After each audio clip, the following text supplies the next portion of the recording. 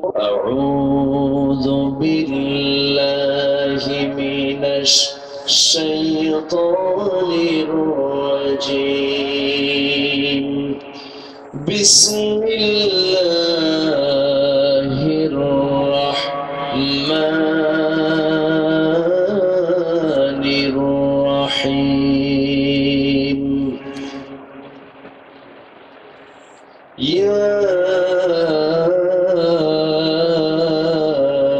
أيها الذين آمنوا اتقوا الله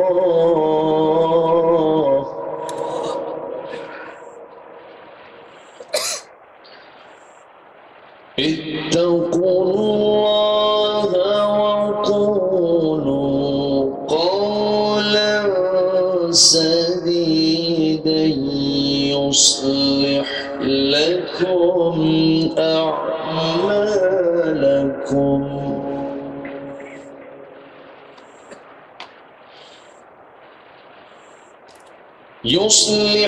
لكم أعمالكم ويغفر لكم ذنوبكم ومن يطع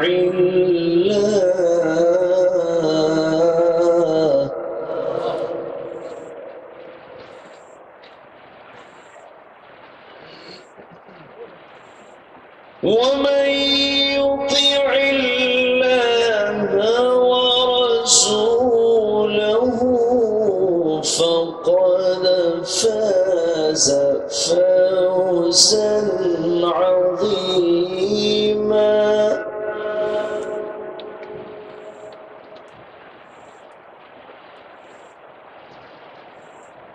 إنا عرضنا الأمانة على السماوات والأرض والجبال فأبين أن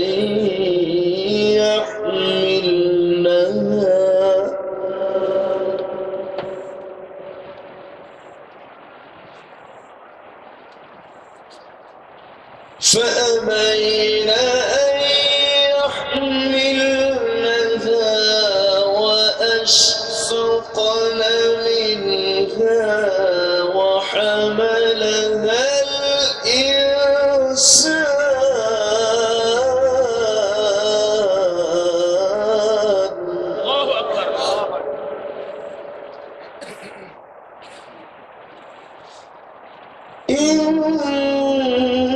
إنه كان ظلوما جهولا.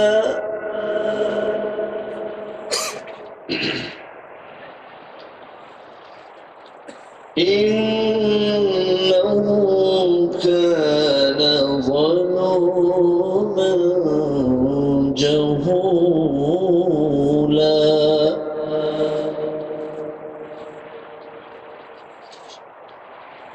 الله أكبر.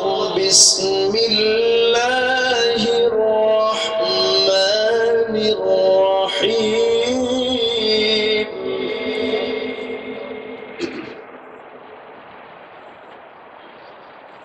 إن الله وملائكته يصلون على النبي يا أيها الذين آمنوا صلوا عليه وسلموا تسليما. সর্বদক্ষিণের অঞ্চল কক্সবাজারের টেকনাফ উপজেলার কচ্ছপিয়া ইসলামী যুব কল্যাণ পরিষদ মাহফিল ইন্তেজামিয়া কমিটি কর্তৃক আয়োজিত তৃতীয় বার্ষিকী তাফসীরুল কোরআন মাহফিল 2021 মহৎ আয়োজনের সম্মানিত সুযোগ্য সভাপতি হাফিজ আব্দুল জলিল, আজকের প্রোগ্রামের বরেণ্য প্রধান অতিথি, বিশেষ অতিথি, আমার পূর্বে কথা বলেছেন, কক্সবাজারের মাঠে মানুষের হৃদয়ের স্পন্দন, নন্দিত আলেমে দ্বীন, বিশিষ্ট ইসলামী চিন্তাবিদ মুহতারাম মাওলানা শফিউল হক জিহাদি, উপস্থিত হাজরাত উলামায়ে কেরাম, ফদলা ইসলাম, সুশীল সমাজ, জাতির শ্রেষ্ঠ সন্তান, নাগরিক তৈরির কারিগর, সম্মানিত শিক্ষক মন্ডলী, সামনে উপস্থিত আজকের মাহফিলের প্রধান আকর্ষণ, আমার প্রাণ প্রিয় সম্মানিত তাওহীদি জনতা, সম্মানিত দ্বীনি ভাইরা, আড়ালে বসে আছেন শ্রদ্ধেয়া সম্মানিত মা বোনেরা। আলোচনার সূচনায় আনুষ্ঠানিকতার মধ্য দিয়ে আমার পক্ষ থেকে আবারও দিল খোলা সালাম, আসসালামু আলাইকুম ওয়া রাহমাতুল্লাহি তাআলা ওয়া বারাকাতুহু। সবাই কেমন আছেন? আলহামদুলিল্লাহ, আমিও ভালো আছি, কিন্তু এত রাতে কষ্ট দিতে এসেছি মনে হয় আপনাদের, নাকি? আলোচনা শুনতে রাজি আছেন তো? আজকে আমি মাহফিলের শ্রোতাগুলো বিভিন্ন ভাবে দেখতে পাচ্ছি, মানে first step, second step, third step, পিছনে আমি দেখতেই পাচ্ছি তারা একটা জগতে আছেন, মিডল পয়েন্টে কিছু আছেন, সামনে কিছু আছে, এবং যে জমিনে মাহফিলটা হচ্ছে এটা একটু উঁচু নিচু, না? আমাকে নিচে রাখা হয়েছে, আপনারা বসে আছেন, সমস্যা। সম্মানিত ভাইয়েরা, সারাদিন সকলেই ব্যস্ত ছিলাম, হাটে ঘাটে মাঠে বিভিন্ন কাজ করবে, গ্রামীণ জীবনের গ্রামীণ কাজে, শরীর ঘামানো কাজে অনেকে ব্যস্ত ছিলাম। ক্লান্ত শ্রান্ত দেহটাকে স্বস্তি দেব যখন বিছানায় চলে যাব, বসে আছে কোরআনের টানে জান্নাতের বাগানে, শুকর আদায় করছি সেই মহান রবের শানে, বলছি আলহামদুলিল্লাহ, আবার বলছি আলহামদুলিল্লাহ, চিৎকার মেরে বলছি আল্লাহুম্মা ইন্নী আসআলুকা আল হুদা ওয়াত তুকা ওয়াল আফাফা ওয়াল গিনা। সবাই বলি আল্লাহু আকবার কাবীরা ওয়াল হামদু লিল্লাহি কাসীরা সুবহানাল্লাহ বুকরাতাও ওয়া আসীলা। আমরা আল্লাহ তাআলা শুকর আদায় করে নিলাম। সম্মানিত হাজিরিন, আমার পূর্বের যিনি মেহমান ছিলেন অনেক সুন্দর কথা তিনি বলেছেন, কোরআন এবং ক্ষমতা।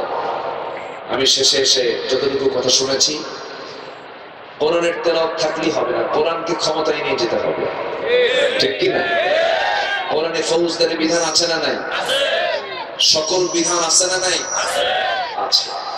এই হুকুম আহকাম গুলো শুধু তেলাওয়াতে রাখলে হবে না, নামাজের তেলাওয়াতের মধ্যে সীমাবদ্ধ রাখলে হবে না, এটাকে বাস্তবায়ন করতে হবে, সমাজের পাতায় পাতায় এটাকে ফুটে তুলতে হবে। এটা ছিল তার বক্তৃতার মূল নির্যাস। আমি যে সূরা থেকে তেলাওয়াত শুরু করেছি সেই সূরাটার নাম হলো দলের সূরা। কিসের সূরা? দল। হিজবুন মানে কি? দল। আহজাব, সূরাতুল আহজাব থেকে আমি শেষের দিকে আমি দুটো আয়াত আমি তেলাওয়াত করেছি। এই দুটো আয়াতকে সামনে রেখে আমি কিছু কথা বলতে চাচ্ছি। সবাই শুনতে রাজি আছি তো? জোরে বলি ইনশাআল্লাহ। আমরা যতটুকু শুনবো আমল তার চেয়ে কম হবে না বেশি হবে?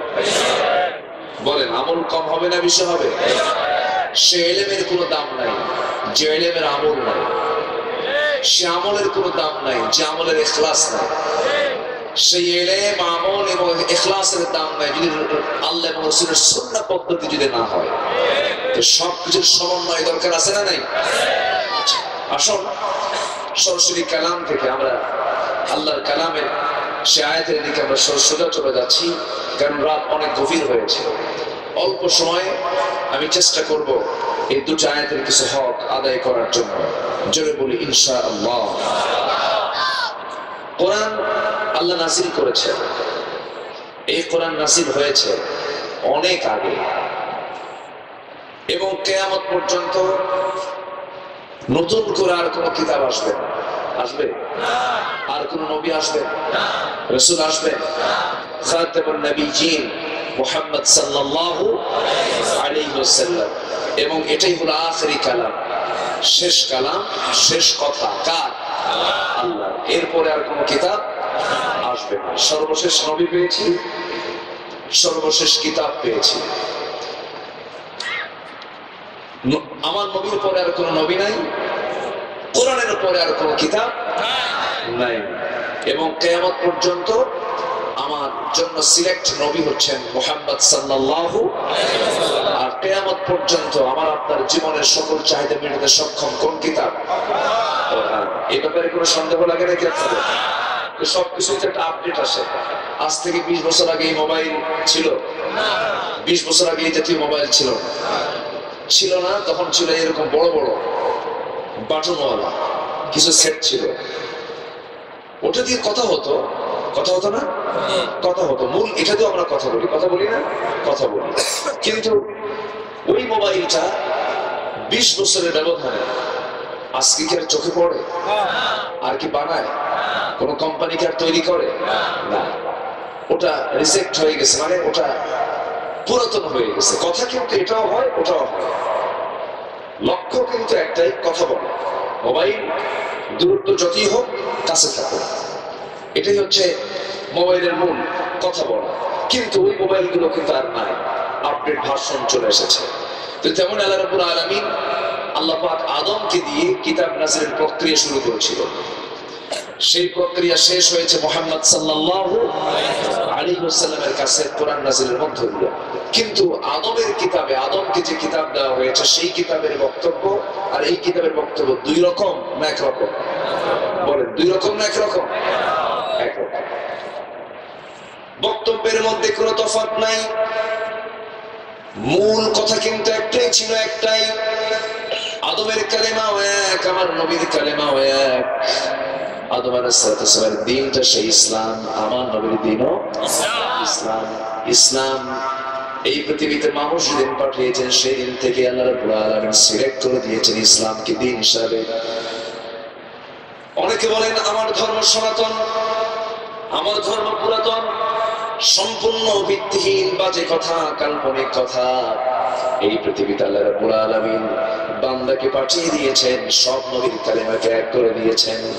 আলাম তারা কাইফা দারাবাল্লাহু মাসালান কালিমাতান তাইয়িবাতান কাশাজারাতিন তাইয়িবা আসলুহা সাবিতুন ওয়া ফারউহা ফিস সামা।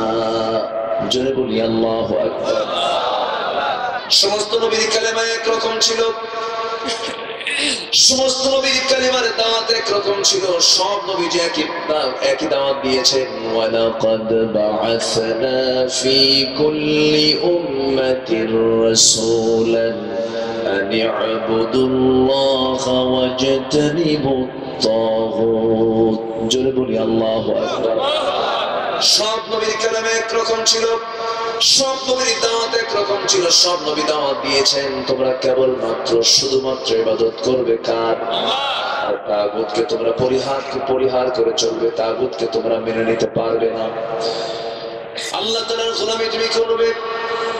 এই মিশন, এই টার্গেটটাকে নিয়ে সমস্ত আম্বিয়া কেরাম এই দুনিয়াতে তারা এই দায়িত্ব পালন করেছেন। আর আল্লাহ রাব্বুল আলামিন বিশেষ করে আমার নবীকে যে দায়িত্বটা স্পেশালি দিয়েছেন, হুয়াল্লাযী আরসালা রাসূলাহু বিল হুদা ওয়া দীনিল হক লিইয়ুযহিরাহু আলা দ্দীনি কুল্লিহি ওয়া কাফা বিল্লাহি শাহীদা। জোরে বলুন আল্লাহু আকবার। আল্লাহ আমার রাসূলকে কেন পাঠালেন? পাঠানোর মূল উদ্দেশ্য ছিল পৃথিবীতে ইসলাম ছাড়া আরো দিন আছে না নাই? আসতে বলবেন না, আছে না নাই? ইসলাম ছাড়া পৃথিবীতে অনেক দিন আছে। ইসলাম ছাড়া আমেরিকাতে একটা দিন আছে, ইউরোপে একটা দিন আছে, রাশিয়াতে একটা দিন আছে। আপনি বলবেন আবার এগুলো আবার কোন দিন? ইসলাম ছাড়া আরো দিন কিন্তু আছে, কিন্তু সেগুলো বাতিল। এগুলো কি বাতিল দিন? সেই বাতিল দিনকে মুসলমান কখনো, বান্দা কখনো গ্রহণ করবে না, বরঞ্চ গ্রহণ না করে কি করবে? সেই সমস্ত বাতিল দিনকে পরাজিত করে আল্লাহর দিনকে সমস্ত দিনের উপরে তারা বিজয়ী করবে।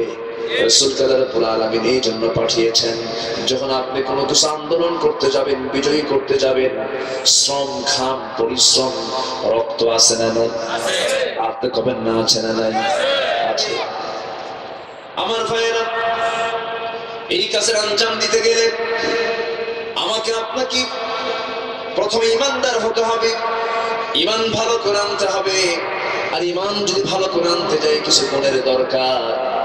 আজকে আমার দেশে মুসলমান বেশি না মুসলমান কম? কিন্তু গুণ সম্পন্ন মুসলমানের সংখ্যা বেশি না কম? যে সমস্ত গুণ দিয়ে মুসলমান থাকা যায়, যে সমস্ত গুণ দিয়ে ইমানদার থাকা যায়, এমন জাতীয় গুণ আজকে আমাদের মাঝ থেকে বিদায়ের পথে।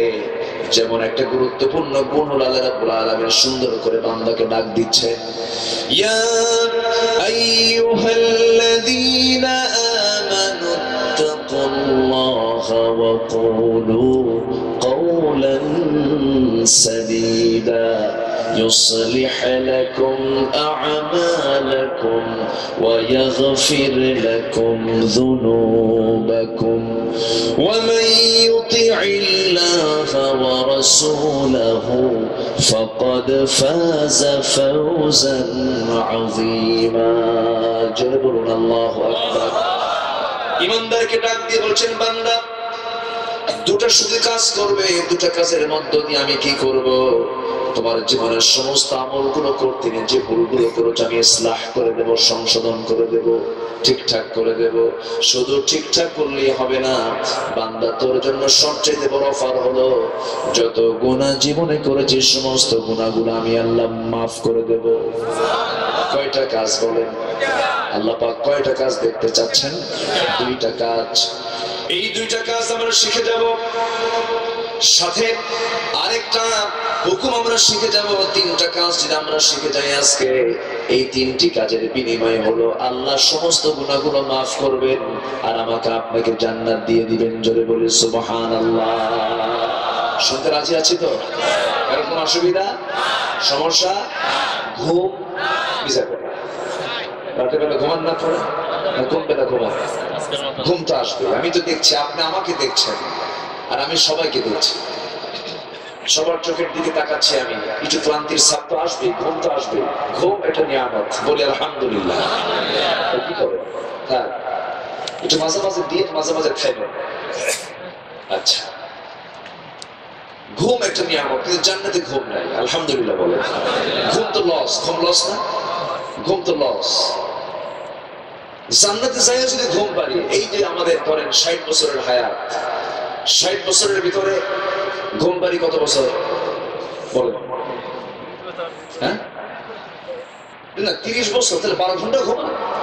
একটু কমই ধরেন না, হতেও পারে, কারণ মার পেট থেকে পৃথিবীতে আসার পর তো 18 ঘন্টা ঘুম। কত ঘন্টা ঘুম?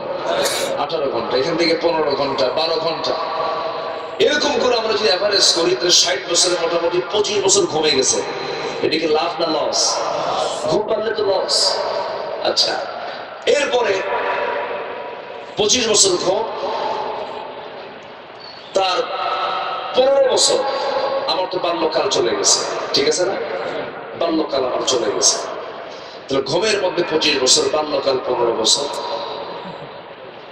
আমি মাঝখানের যে টাইমটা পেলাম, এই মাঝখানের টাইমটাতে আল্লাহ রাব্বুল আলামিন বলছেন, বান্দা এই সময়টা তুমি একটু কাজে লাগায় না, আমার ইবাদত করো, আমার হুকুমটা মেনে নাও, আমি যা বলি তা তুমি ফলো করো, সময়গুলোকে কাজে লাগাও।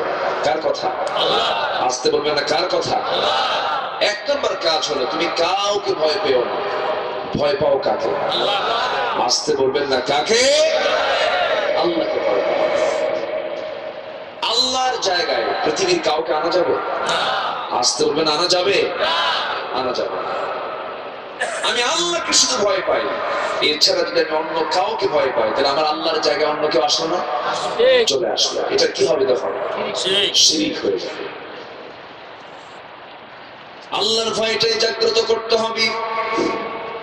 সবার আগে আমার আল্লাহকে চিনতে হবে, আল্লাহকে জানতে হবে, আল্লাহর পরিচয়টা আগে পেতে হবে। আমার আল্লাহকে, হু ইজ আল্লাহ, আমার আল্লাহটাকে। আল্লাহ তার নিজের পরিচয় সুন্দর করে গোটা কোরআনের 3 ভাগের 1 ভাগ শুধু তার নিজের পরিচয় দিয়েছেন। জোরে বলি সুবহানাল্লাহ। 3 ভাগের 1 ভাগ তাওহীদ নিয়ে কথা বলেছেন। গোটা 1/3 কোরআনের ভিতরে আল্লাহ রাব্বুল আলামিন তার নিজের পরিচয়টা সুন্দর করে দিয়েছেন। শ্রেষ্ঠ একটা আয়াত দিয়েছেন। আমরা সেই আয়াতটা একটু সবাই মুখস্থ করার চেষ্টা করব। যদি কোনো বান্দা সেই আয়াতটা সুন্দর করে মুখস্থ যদি করতে পারে, মৃত্যুর পর জান্নাত ছাড়া তার মাঝখানে কোনো আড়াল থাকবে না। জোরে বলি সুবহানাল্লাহ। নামাজের পর আমরা এই দোয়াটা, এই আয়াতটা পড়বো।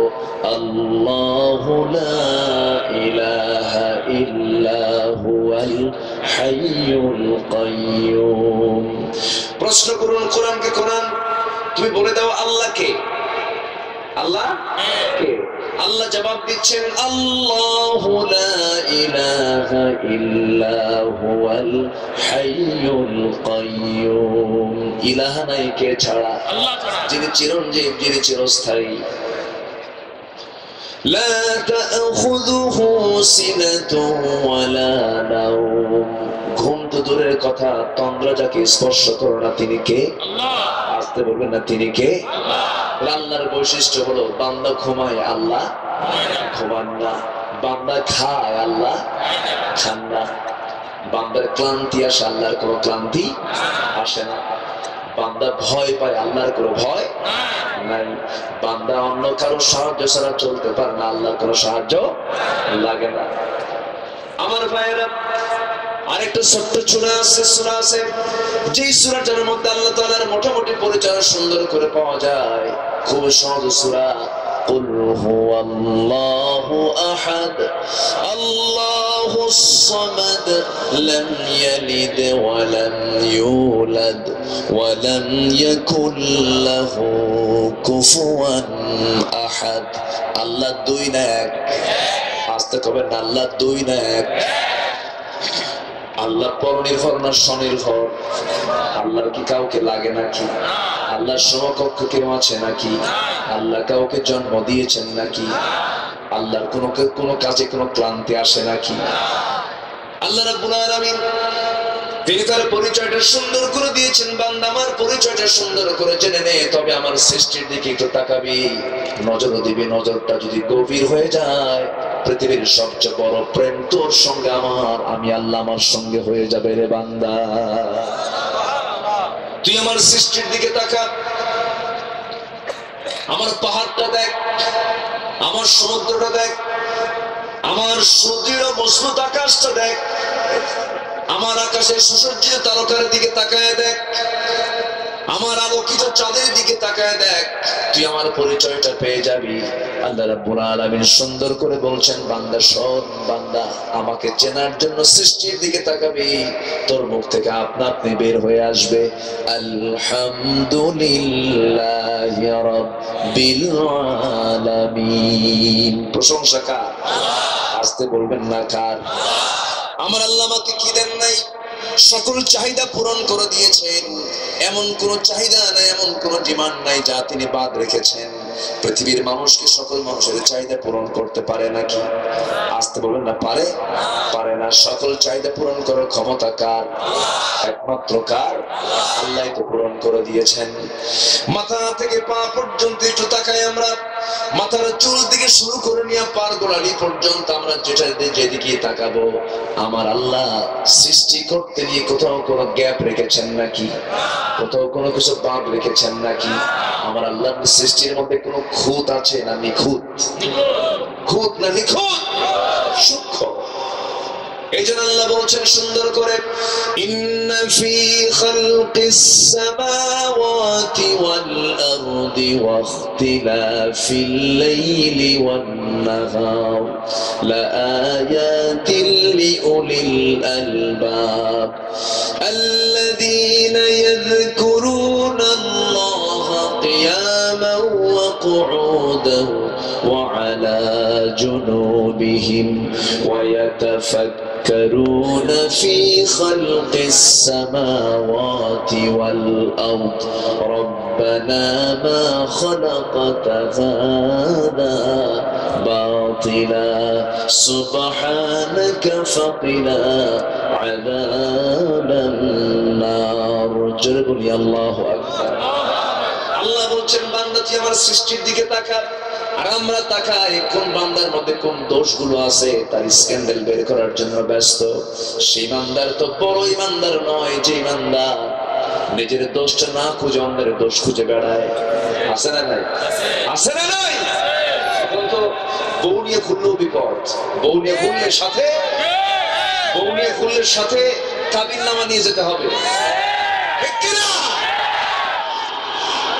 কষ্ট পাচ্ছেন আপনারা আল্লাহ তো বিয়ে শুরু করতে বলছেন দুটা দিয়া তো দুই বিয়ে হয়েছে তো কি হয়েছে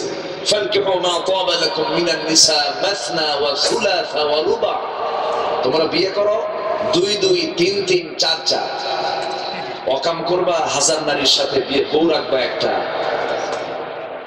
ইসলাম ওগুলো এলাও করে না ঠিক কিনা কষ্ট পাচ্ছেন আপনারা আলেমদের একটা কিছু পাইলে হয় মনে হয় যে পাইছি একখান খোরাক নিজের চেহারার দিকে তাকাও নিজের কর্মের দিকে তাকাও নিজের গুনার দিকে তাকালে অন্যের গুনার দিকে তাকানোর সময় পাবা না ইজতানিবু কাসীরাম মিনাজ-যন্ন ফাইন্নাজ-যন্ন আকযাবুল হাদীস আসলে অন্যের কুধারণা থেকে নিজেকে গুটিয়ে রাখো কুধারণায় সবচেয়ে বড় মিথ্যা কুধারণা সবচেয়ে বড় কি কাফা বিল মারই কাযিবান আন ইউহাদ্দিসা মা কুল্লি সামা মিথ্যাবাদী হওয়ার জন্য সেই লোকটাই যথেষ্ট যে কোনো কিছু যাচাই বাছাই না করে একজনের উপর মিথ্যা অপবাদ চাপিয়ে দেয় সম্মানিত ভাইরা আমরা যা বলবো সোজা কথা বলবো জোরে বলি ইনশাআল্লাহ ভয় করবো কাকে আসতে বলবেন না ভয় করবো কাকে আল্লাহকে ভয় করবো আল্লাহকে ভয় করলে দুনিয়া এগুলো নিয়ে মানুষের কোনো ব্যক্তিগত জীবন নিয়ে এত চিন্তা করার সময় আমাদের না আমরা কাঁদবো কার কাছে আসতে বলবেন না কাঁদবো কার কাছে ক্ষমা চাইবো কার কাছে বান্দার হবে গুনাহ মাফ করবেন কে কে মাফ করবেন বান্দার গুনাহ হবে আল্লাহর সঙ্গে বান্দার কথা হবে তুমি এত মাতামাতি করো ঠিক কি না গীবত মানে কি গীবত মানে কি গীবত মানে কি গীবত মানে হলো কারো কোনো সত্য কোনো বিষয় তার কারো কোনো সত্য ঘটে যাওয়া কোনো বিষয় যা ও শুনলে তার কাছে খারাপ লাগবে এমন জাতীয় কথা তার অসাক্ষাতে কাউকে বলা المسلم من سلم المسلمون من لسانه وكيفه ويده ওকে মানে ওয়াকিফাটি এজন্য বললাম মানে জিহ্বা থেকে এবং মানে সেই প্রকৃত মুসলমান যার জবান থেকে এবং হাত থেকে অন্য মুসলমান নিরাপদ থাকে জবান থেকে এবং কি হাত থেকে এখন হাত দিয়ে তো মারা লাগে না এখন কিপ্যাড দিয়ে টিপে টিপে খালি গুতায় খালি ফেসবুক তো আছে মাশাআল্লাহ গীবতের আকরা গীবতের আড্ডাখানা আছে না নাই আমরা মোবাইলে ফেসবুকে অনলাইনে যে পরিমাণ সময়টা আমরা দেই তার 1/3 যদি নীরবে নিবৃতে যদি কোরআনটা পড়তাম আমরা অনেক কিছু বুঝতে পারতাম ঠিক কি না 24 ঘন্টা টাইম দিয়েছেন কে কে টাইম দিয়েছেন 16 ঘন্টা ফেসবুক দেখার জন্য 16 ঘন্টা ফেসবুক দেখার জন্য সারাক্ষণ আছে আছে না নাই আছে আমার ভাইয়েরা একটু আমরা কান লাগাই 3টা আমল আমরা শিখে যাব একটা আমলের কথা শুরু হয়ে গেছে আমরা ভয় করব কাকে ভয় মানে সমস্ত হুকুমগুলো মেনে নেওয়া আমার আল্লাহর কোন হুকুমকে অমান্য করা যাবে না অমান্য তো দূরে থাক সমস্ত হুকুমকে আমার জীবনে বাস্তবায়ন করার চেষ্টা করতে হবে কোনো ফরজ বাদ দেওয়া যাবে না ফরজ মানে ইমার্জেন্সি ফরজ কখনো বান্দার জীবন থেকে মাইনাস করা যাবে না। সুন্নত বাদ গেলে যেতে পারে, নফল বাদ গেলে যেতে পারে, কিন্তু ফরজ কখনো বাদ দেওয়া যাবে না। যদি কোনো বান্দা নামাজ পড়তে নিয়ে ওযু বাদ দেয়, নামাজ কি হবে নাকি? ওযু করা কি? আস্তে কবে না, ওযু করা কি ফরজ, নামাজ পড়া কি ফরজ, দুটাই ফরজ। ওযুর জন্য নামাজ নয়, নামাজের জন্য ওযু। কিন্তু নামাজে দাঁড়াবেন আপনি ওযু ছাড়া, কিন্তু নামাজ হবে না। এখান থেকে বোঝা গেল কোন ফরজকে মাইনাস করার কোন সুযোগ নাই। একটা ফরজের সঙ্গে আরেকটা ফরজের একটা কানেকশন রয়েছে। যেমন যাকাত দেওয়াটা কি? সুদ খাওয়াটা কি হারাম, সুদ খাওয়া কি হারাম। যদি কোনো বান্দা যাকাতকে মাইনাস করে যদি সুদ ঢুকায় দেয়, এই নামাজের সঙ্গে যাকাতকে আল্লাহ পাক মিলায়া দিয়েছেন। আপনি যাকাতকে লঙ্ঘন করলেন, একটা ফরজকে লঙ্ঘন করার কারণে আপনি মুত্তাকি বান্দার কাতারে আর থাকতে পারবেন না। আপনার পরিচয় মুত্তাকি হবে না, আপনার পরিচয়টা সেই সময় হয়ে যাবে ফাসুকের পর্যায়ে চলে যাবেন, ফুজুরের পর্যায়ে চলে যাবেন। আল্লাহ সুন্দর করে এক জায়গায় বলছেন, আফাতুমিনুনা বিবাদিল কিতাব ওয়া তাকফুরুনা বিবাদ। কিতাবের কিছু অংশ মানবে, কিছু অংশ মানবে না, তা হবে না। পুরোপুরি তোমাকে মানতে হবে। পুরোপুরি যদি মানতে পারো তুমি মুত্তাকি হতে পারবে। আর যদি পুরোপুরি না মানো, ইল্লা খিজিয়ুন ফিল হায়াতিদ দুনিয়া, দুনিয়ার জিন্দেগিতে লাঞ্ছিত হবে, আখিরাতে ক্ষতিগ্রস্তদের অন্তর্ভুক্ত হয়ে যাবে। এই জন্য আমরা একটা ফরজও বাদ দেব না, জোরে বলি ইনশাআল্লাহ। কিন্তু আজকের সমাজে ফরজ নিয়ে টানাটানি না, নফল নিয়ে টানাটানি। বল কোটা নিয়ে টানাটানি? নফল নিয়ে টানাটানি। সামনে রমজান মাস আসতেছে, তারাবির নামাজ। কিসের নামাজ বলে? তারাবি না তাড়াতাড়ি? তারাবি না তাড়াতাড়ি? আমি এটার নাম দিয়েছি তাড়াতাড়ি নামাজ। আমার মসজিদে দুইজন হাফেজ নামাজ পড়ে। এক হাফেজের নামাজ পড়তে 10 রাকাত শেষ করতে তার লাগে হলো 45 মিনিট, আরেকজনের লাগে হলো 35 মিনিট। তো আমাকে কিছু মুসল্লি এসে বললো, হুজুর প্রথম হাফেজটা খুব ভালো, 35 মিনিটে শেষ করে দেয়, কিন্তু সেকেন্ড হাফেজটা আইসা এত সময় লাগে, এত আস্তে আস্তে পড়ে, হুজুর শেষ করতে চায় না। তাহলে তাড়াতাড়ি পড়ার যোগ্যতা না আস্তে আস্তে পড়ার যোগ্যতা? আস্তে আস্তে। কিন্তু আমার দেশে কোনটা যোগ্যতা? তাড়াতাড়ি। এখন এটা যদি কোনো হাফেজের কানে যায়, আর হাফেজ যদি মনে মনে ভাবে, থাম আমার যখন আইসা করেছিস, থাম এমন পড়া পড়বো আমি তো বুঝবোই না, জিব্রাইলও বুঝবে না। যা কি কথা কি বুঝতেছেন? এরকম করে কি নামাজ পড়া যাবে? এরকম করে নামাজ পড়া যাবে? যাবে না। তারাবি নামাজ না পড়লেও আপনি যদি নাও পড়েন, যদি আপনি পড়ার সুযোগ পান নাই, হয়তো সফরে আছেন, পড়তে পারেন নাই, পড়লেন না, এটা আপনার অতিরিক্ত কাজ, নফল কাজ। কিন্তু এশার নামাজ পড়া কি? তাহলে এশা নিয়ে কোনো কথা হয়? কি নিয়ে কথা হয়? বলেন কি নিয়ে কথা হয়? তারাবি নামাজ কয় রাকাত? বলেন কয় রাকাত? 20 রাকাত। আমার দেশে 8 রাকাত আছে না নাই? আসতে বলবেন আছে না নাই? 8 রাকাতে পাবলিক পড়ে ফেললো, 20 রাকাত বলতে কোনো নামাজই নেই। অথচ নামাজটা হলো নফল। নামাজটা কি? নফল। তাহলে এই তারাবির নামাজ নফল নামাজ নিয়ে একটা ফতুয়াবাজি হয়ে গেল। একজন বললো 20 রাকাত, আরেকজন বললো কি 8 রাকাত। তাহলে গ্রুপ কয়টা হলো? আল্লাহ কি গ্রুপ দুটা চান? তাহলে নফল নিয়ে কোনো গন্ডগোল করা যাবে? আচ্ছা, ঈদের নামাজ পড়া কি? ঈদের নামাজ পড়া কি? ওয়াজিব। ওয়াজিব নামাজ, ঈদের নামাজ 2 রাকাত। আমরা কয় তাকবীরে পড়ি? বলেন এখানে আমরা এই এলাকায় কয় তাকবীরে পড়া হয়? 6 তাকবীরে। এই দেশের অধিকাংশ মানুষ, অধিকাংশ মুসলমান ঈদের নামাজ কয় তাকবীরে পড়ে? 6 তাকবীরে পড়ে। 12 তাকবীর আছে না নাই? আসতে করে বলো। 12 তাকবীর আছে না নাই? আছে। 6 তাকবীরও আছে। এখন 6 তাকবীর ওয়ালা যদি বলে 12 তাকবীরে কোন ঈদের নামাজ হবে না, সুবিধা না অসুবিধা? মহব্বত না শত্রুতা? শত্রুতা। 12 তাকবীর ওয়ালা যদি বলে 6 তাকবীরে নামাজ পড়া বেদাত, তাহলে মারামারি আছে না নাই? কিলাকিলি আছে না নাই? গুতাগুতি আছে না নাই? তাহলে এটা কি সম্প্রীতি আর ভালোবাসার লক্ষণ? এগুলো নিয়ে আমাদের দেশে ফিতনা আছে না? আছে না? আছে। কিছু হুজুরই আছে এই গ্রুপে, কিছু হুজুর আছে কি এই গ্রুপের, এগুলো নিয়ে সর্বক্ষণ থাকে। ওর ওয়াজ আর কিচ্ছু নাই, ও কোনো ওয়াজ পারে না। ওর ওয়াজে হলো ফরজ নামাজের পরে মোনাজাত, তারাবির নামাজ, বেতের নামাজ, রাসূল নূর না মাটি, আর কি আছে কম এই মিলাদ কিয়াম, এই সমস্ত বিষয়গুলো নিয়েই তার সারা জীবনের তার ওয়াজ আর আলোচনা।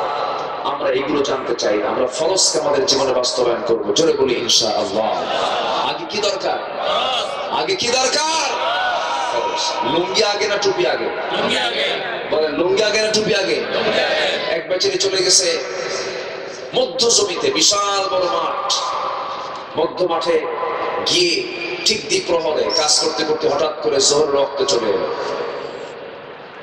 ভাবলো আমি যদি বাড়িতে যাই তাহলে আর ফেরা হবে না, কাজ আর হবে না, রক্ত চলে আসছে, নামাজটা এখানেই পড়ি। বেচারি উজু বানায় নামাজে দাঁড়ায়, দেখে মাথায় পাগড়ি নাই।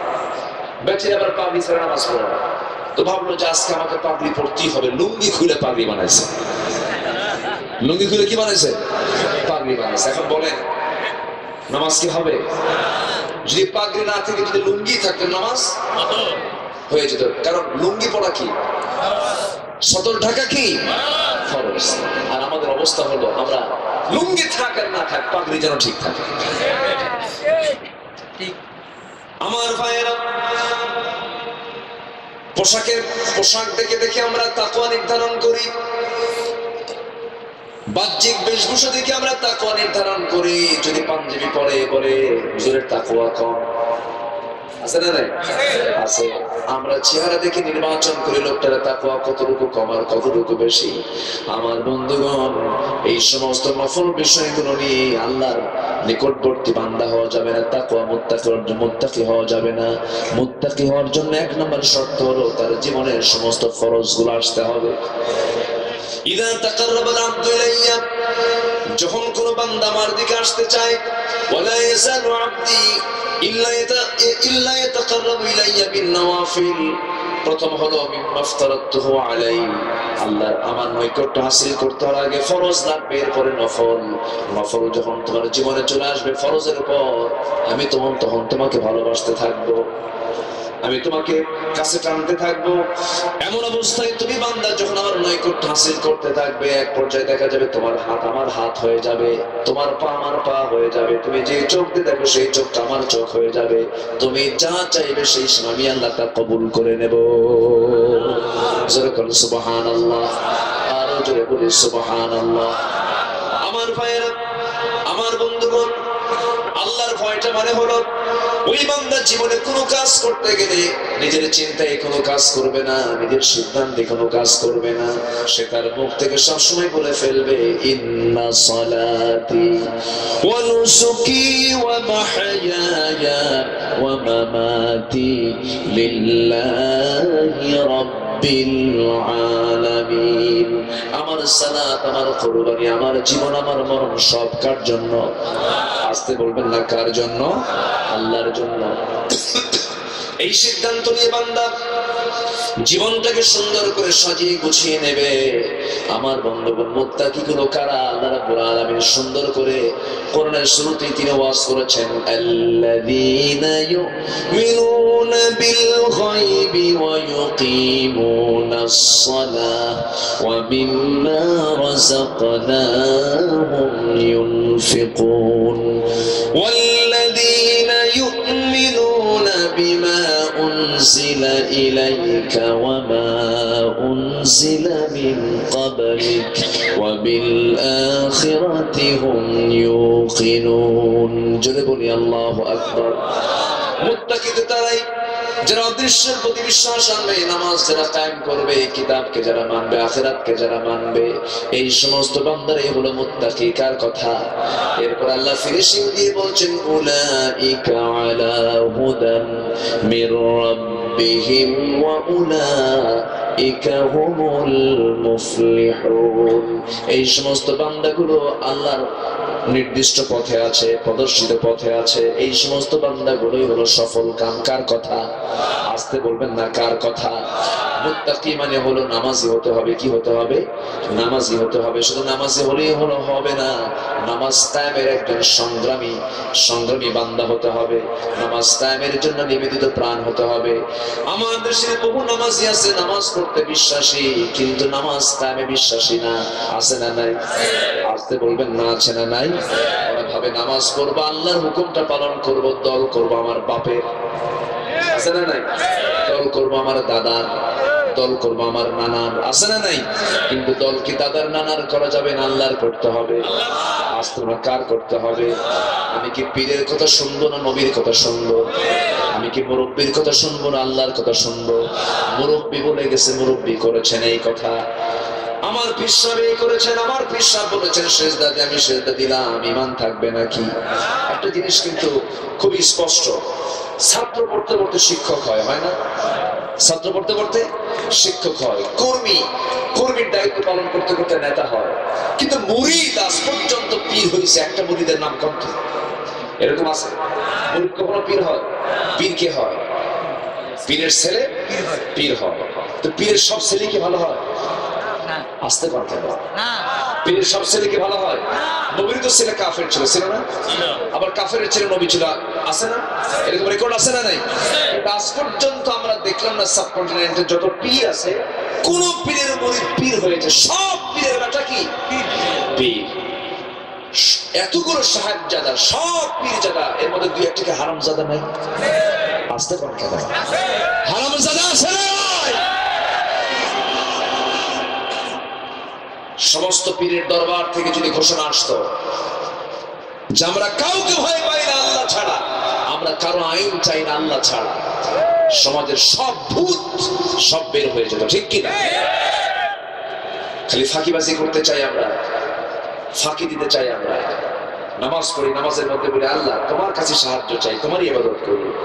মসজিদ থেকে বের হয়ে সুদের কারবার, আছে না? আমার মনে হয় কক্সবাজারে সুদ চুপ নাই। সুদ আছে বেশি? বেশি বিসমিল্লাহ বললে সমস্যা নেই, বিসমিল্লাহ বলে খাবেন নাকি? সুদের মোহনা চলছে। এত দোয়া চাই কোথায়? আমরা এত দোয়া করি, দোয়াগুলো কবুল হয় না কেন? মাছ যদি মারেন, যে মাছটা রাখেন যে পাত্রে, ওটাকে এলাকায় কি বলে?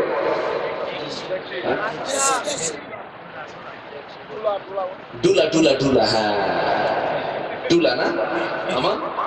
ডুলা, হ্যাঁ আচ্ছা ডুলা। তো ডুলার যদি তলা না থাকে, গোটা সাগরের মাছ তুললেও কি মাছ থাকবে? মাছ থাকবে? আপনি নামাজ পড়তেছেন, ওদিকে সুদের কারবার করতেছেন, ওটা তো ক্যান্সার, ওই দিক দিয়ে সব চলে গেল, দোয়ার কবুল হবে?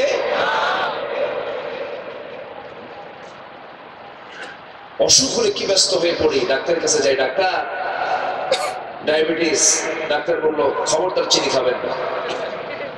কি খাবেন না? চিনি খাবেন না। ডাক্তার বুকের বাম পাশে ব্যথা, খবরদার গরু গোশত খাবেন না।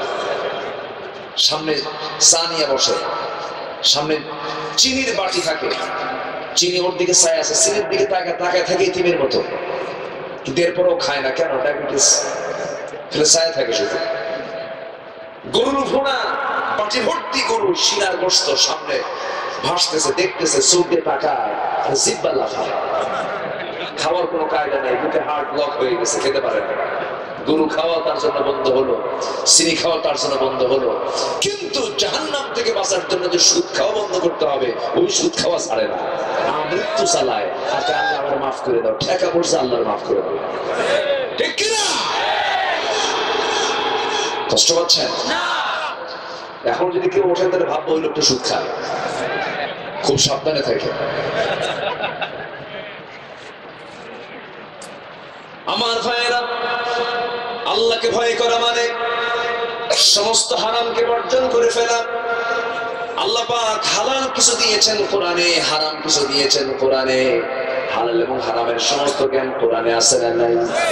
আল্লাহ পাক এক জায়গায় বলেছেন হুররিমাত আলাইকুমুল মাইতাতু ওয়া দামু ওয়া লাহমুল খিনজির, হারাম করা হয়েছে। হারামের লিস্টগুলো কোরআনে আছে না নাই? আবার হালালের লিস্টগুলো কোরআনে আছে। হালালকে হালাল হিসেবে গ্রহণ করব, হারামকে হারাম হিসেবে জানবো, হারামকে বর্জন করব। এক সাহাবী নবীর সামনে দাঁড়িয়ে বলছেন, ইয়া রাসূলুল্লাহ, আমি জান্নাত পেতে চাই, আমাকে কয়েকটা আমল দিয়ে দেন। কি আমল করবে সাহাবী, তুমি বলো। তিনি বলছেন, ইয়া রাসূলুল্লাহ, ইদা সাল্লাইতুল মাকতুবাত ওয়া সুমতু রমাদান ওয়া হালালতুল হালাল ওয়া হারামতুল হারাম ওয়া লাম আযিদ আলা যালিকা শাইআন আদখুলুল জান্নাত ইয়া রাসূলুল্লাহ। আমি যদি 5 ওয়াক্ত নামাজ খুশুর সঙ্গে যদি পড়ি, রমজান মাসের সুন্দর করে যদি রোজা পালন করি, হালালকে হালাল জেনে হালাল ভিত্তিক জীবনটা গড়ি, হারামকে হারাম জেনে হারামকে বর্জন করে যদি জীবনটাকে সাজাই, আদখুলুল জান্নাত ইয়া রাসূলুল্লাহ, আমি কি জান্নাত পাবো নাকি? রাসূল বললেন, নাম, অনায়াসে তুমি জান্নাত পেয়ে যাবে। জোরে বলি সুবহানাল্লাহ। বেশি কিছু লাগবে না, শুধু হারামকে হারাম জেনে হালালকে হালাল জেনে যদি জীবনটা সাজাতে পারি, এর চাইতে বড় বুজুর্গ, এর চাইতে বড় মুত্তাকি বান্দা দ্বিতীয় পৃথিবী তার দ্বিতীয় জন হতে পারে না। এটাই হলো তাকওয়া। এটা কি তাকওয়া? নাম্বার 2 হলো ওয়াকুলু কাওলান সাদীদা, যা বলবে বান্দা সোজা কথা বলো, সত্য কথা বলো। এই সত্য কথা বলার প্র্যাকটিস করতে হবে। আর প্র্যাকটিসের একটা মাস দিয়েছেন, কোন মাস বলেন? আসতে কবেন না, কিসের মাস বলেন? রমজান মাস সামনে আসতেছে আমাদের সামনে। রোজা রেখে মিথ্যা কথা বলা যাবে? যাবে? যাবে না। রোজা রেখে কোনো প্রকার হারাম কাজ করা যাবে না। রোজা রেখে কোনো প্রকার গর্হিত কাজ করা যাবে না। রোজা অবস্থায় কোনো যদি বান্দা যদি মিথ্যা কথা বলে, সেই সমস্ত বান্দার রোজা কবুল হবে না। কার কথা? আসতে কবেন না, কার কথা? কোন রোজাদার হিংসুক হতে পারে না, কোন রোজাদার বেয়াদব হতে পারে না। খুব রাগ উঠে গেছে, বলতেছে, শোন, আমি যে রোজা আছে, রোজা না থাকলে খাইয়ে ফেলাতাম। আছে না নাই বলেন তো? এগুলো করা যাবে না। মিথ্যা কথা শুধু রোজা অবস্থায় কেন, আল্লাহ বান্দাকে বলছেন প্র্যাকটিস কর। এই 30টা দিন রোজা অবস্থায় তুই যখন সেহরি থেকে সন্ধ্যা পর্যন্ত জিহ্বার লাগাম যদি ধরতে পারিস, এই প্র্যাকটিসটা হয়ে গেল। এই প্র্যাকটিসের ঠেলা তোর চলবে বাকি 11 মাস। কয় মাস বলে? 11 মাস। এই রমজানের মধ্য দিয়ে যদি কোনো বান্দার চেঞ্জ না হয়, যে বান্দার জীবন যদি পরিবর্তন না হয়, তার ধ্বংস কামনা করেছেন, ধ্বংস কামনা করেছেন। একটা হাদিস, লম্বা হাদিস। আমার নবীজি মসজিদের মেম্বারে দাঁড়াচ্ছিলেন, প্রথম সিঁড়িতে আমিন বললেন, দ্বিতীয় সিঁড়িতে আমিন বললেন, তৃতীয় সিঁড়িতে আমিন বললেন। প্রথম সিঁড়িতে আমিন বললেন, সাহাবায়ে কেরাম শুনলেন। দ্বিতীয় সিঁড়িতে আমিন বললেন, সাহাবায়ে কেরাম শুনলেন। নবীজিকে পরে প্রশ্ন করে বলছেন, ইয়া রাসূলুল্লাহ, আপনি তো এমনটা আচরণ কখনো করেন না, আপনি আজকে 3টা বার 3টা মেম্বারে দাঁড়ানোর সময় আমিন বললেন কেন? তিনি বললেন, ও সাহাবীরা, জিবরাইল এসেছিল, জিবরাইল কিছু কথা বলছে, আমি তার জবাবে আমিন বলে দিয়েছি। প্রথম সিঁড়িতে যখন পা রাখি, প্রথম সিঁড়িতে পা রাখার সঙ্গে সঙ্গে আমাকে বলা হলো, ধ্বংস হোক তার যে ব্যক্তি রমজান পেল, রমজানের মধ্য দিয়ে নিজের জীবনের গুনাহ মাফ করে নিতে পারলো না, তার ধ্বংস হয়ে যাক। আমি বললাম আমিন। দ্বিতীয় সিঁড়িতে আমি আমিন বলেছি, ধ্বংস হোক তার যে একটা বাপ মাকে জীবদ্দশায় পেল, অথচ নিজের জীবনের গুনাহ মাফ করে নিতে পারলো না, আমি আমিন বলেছি। তৃতীয় সিঁড়িতে, ধ্বংস হোক তার যে লোকটা তার নবীর নাম শোনার সঙ্গে সঙ্গে দরুদ শরীফটা পড়লো না, তার ধ্বংস হয়ে যাক, আমি আমিন বলে দিয়েছি। আমার বন্ধুগণ, রমজান মানে হলো নিজের জীবনের গুনাহ মাফ করে নেওয়া।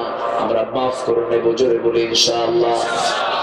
বেঁচে থাকা মানে বাপ মার মধ্য দিয়া সন্তুষ্টি হাসিল করে আল্লাহর সন্তুষ্টি হাসিল করা। আমরা চেষ্টা করবো, জোরে বলি ইনশাআল্লাহ, আরো জোরে বলি ইনশাআল্লাহ। আর সেই লোকটার চাইতে বড় কৃপণার পৃথিবীতে কে থাকতে পারে? আমার নবীর নাম শোনার পর যার মুখ থেকে দরুদ বের হয় না, আছে না? এরকম লোক আছে না নাই? আমার নবীর নাম তো এমন নাম, যে নবীর নাম শুনলে পরে দরুদ পড়া প্রথমবারের জন্য ওয়াজিব। প্রথমবারের জন্য কি কি সম্মান, কি আল্লাহ পাক মর্যাদা আল্লাহ পাক তাকে দান করেছেন। সেই রমজান আমরা পাচ্ছি। আর রমজানের সবচেয়ে বড় কাজ হলো আমার জিহ্বাকে কন্ট্রোল করা, আমার আমার যৌবনকে কন্ট্রোল করা, বৈধ স্ত্রীও সেই সময়ের জন্য আমার আপনার জন্য হালাল না হারাম? আস্তে রোজা অবস্থায় হালাল না হারাম? হারাম কে করেছেন? আস্তে বলুন না, কে করেছেন? দিনের বেলা রোজা অবস্থায় কোনো বান্দা যদি তার স্ত্রীর সঙ্গে সহবাস করে, তার রোজা থাকবে নাকি? রোজা ভেঙে যাবে, গুনাহ হয়ে যাবে। এই জন্য আল্লাহ রাব্বুল আলামিন বান্দাকে প্র্যাকটিস করতে বলছেন, বান্দা শোনো, তুমি আমার সন্তুষ্টির জন্য, আমার খুশির জন্য তোমাকে সংযমী হতে হবে, তোমাকে কন্ট্রোল টানতে হবে। মান আযমানু লি মা বাইনা লিহিয়াইহি ওয়া মা বাইনা রিজলাইহি আযমানু লাহুল জান্নাহ।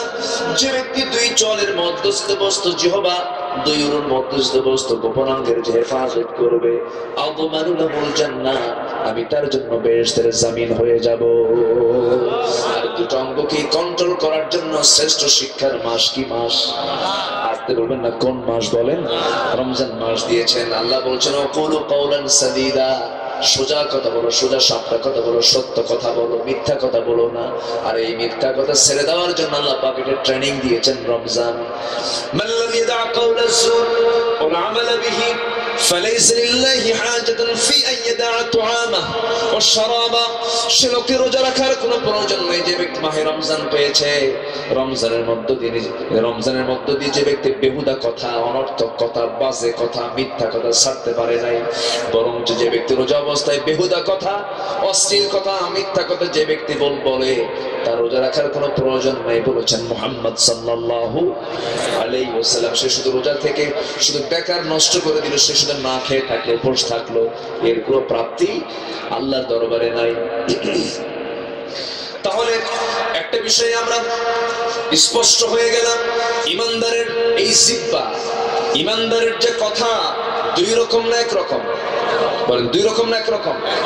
দুই রকম না এক রকম? মুমিন কথা বলবে এক রকম, সত্য কথা বলার মধ্য দিয়ে জীবন দেবে, মিথ্যায় ভারে যাবে না, ঠিক কিনা? এটাই হলো সবচাইতে বড় জিহাদ। শুধু ব্যাটল ফিল্ডে গিয়ে রক্ত দিলেই মুজাহিদের মর্যাদা পাবেন এমন কোনো গ্যারান্টি নাই।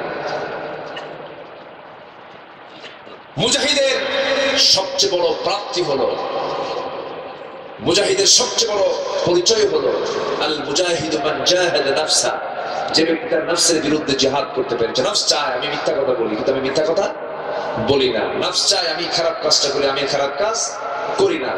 এইটা ছোট বড় জিহাদ, ছোটখাটো কোনো জিহাদ না, অনেক বড় বড়, অনেক বড় জিহাদ। বলি আল্লাহু আকবার। আমরা মিথ্যা কথা বলবো না, জোরে বলি ইনশাআল্লাহ। এক সাহাবী রাসূলের সামনে এসে বললেন, ইয়া রাসূলুল্লাহ, আমি একটা আমল করতে চাই, আমি জান্নাত পেতে চাই। রাসূল বললেন, মিথ্যা কথা ছেড়ে দাও, জান্নাত পেয়ে যাবে। একটু আস্তে করুন সুবহানাল্লাহ, একটু আস্তে করুন সুবহানাল্লাহ। কিন্তু আমরা সত্য কথা বেশি বলি না, মিথ্যা কথা বেশি বলি। মিথ্যা সাক্ষী আমার দেশে আছে না নাই? মিথ্যা সাক্ষী আছে না নাই? আলেমদের বিরুদ্ধে মিথ্যা সাক্ষী দিয়েছ, জেনে রেখে দিও, তোমার মিথ্যা সাক্ষীর কারণে কোন আলেম যদি তার পরিবারের হক আদায় না করতে পারে, স্ত্রীর হক আদায় না করতে পারে, পরিবারের হক আদায় না করতে পারে, সামাজিক হক আদায় না করতে পারে, দিন প্রচারের কাজ থেকে তুমি তাকে মাহরুম রেখেছো তোমার মিথ্যা সাক্ষীর জন্য, তোমাকে জাহান্নামে যেতে হবে। সম্মানিত ভাইয়েরা, এই জন্য আল্লাহ বলছেন, বান্দা দুটা কাজ কর, অকুলু কওলান সাদীদা, সোজা কথা বলো, সত্য কথা বলো, সত্যপন্থীদের শামিল হয়ে যাও, আমি তোমার সমস্ত আমলকে সংশোধন করে দেবো। জোরে বলে সুবহানাল্লাহ। দুই নাম্বারই করো না, দুই দিকে থেকো না, মুনাফিকদের যোগ সাজসে চলাফেরা করো না। মুনাফিক আমার দেশে আছে না নাই? আমার দেশে মুনাফিক আছে। আমেরিকাতে, আমেরিকা কই পাবেন না, আমেরিকা সব তো খ্রিস্টান।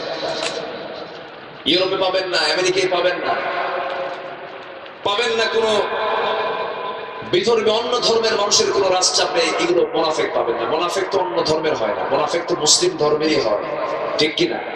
ইসলাম ধর্মেরই হয়, মুসলিম পরিচয় হয়, কিন্তু ওর পরিচয় মূলত মুনাফিক। ওর পরিচয় মূলত কি? মুনাফিকের জবান কখনো একরকম হবে না। মুনাফিকের জবান কয় রকম হবে? দুই রকম। আমরা কি জবানকে দুই রকম করবো না একরকম করবো? একরকম করবো। আবু হানিফা রাহমাতুল্লাহ আলাইহি শুধু সত্য কথা বলেছেন, জেলখানায় তার মৃত্যু হয়েছে। সাইয়্যিদ আহমদ ইবনে হাম্বল শুধু সত্য কথা আপোষহীন থেকেছেন, আপোষ করেন নাই।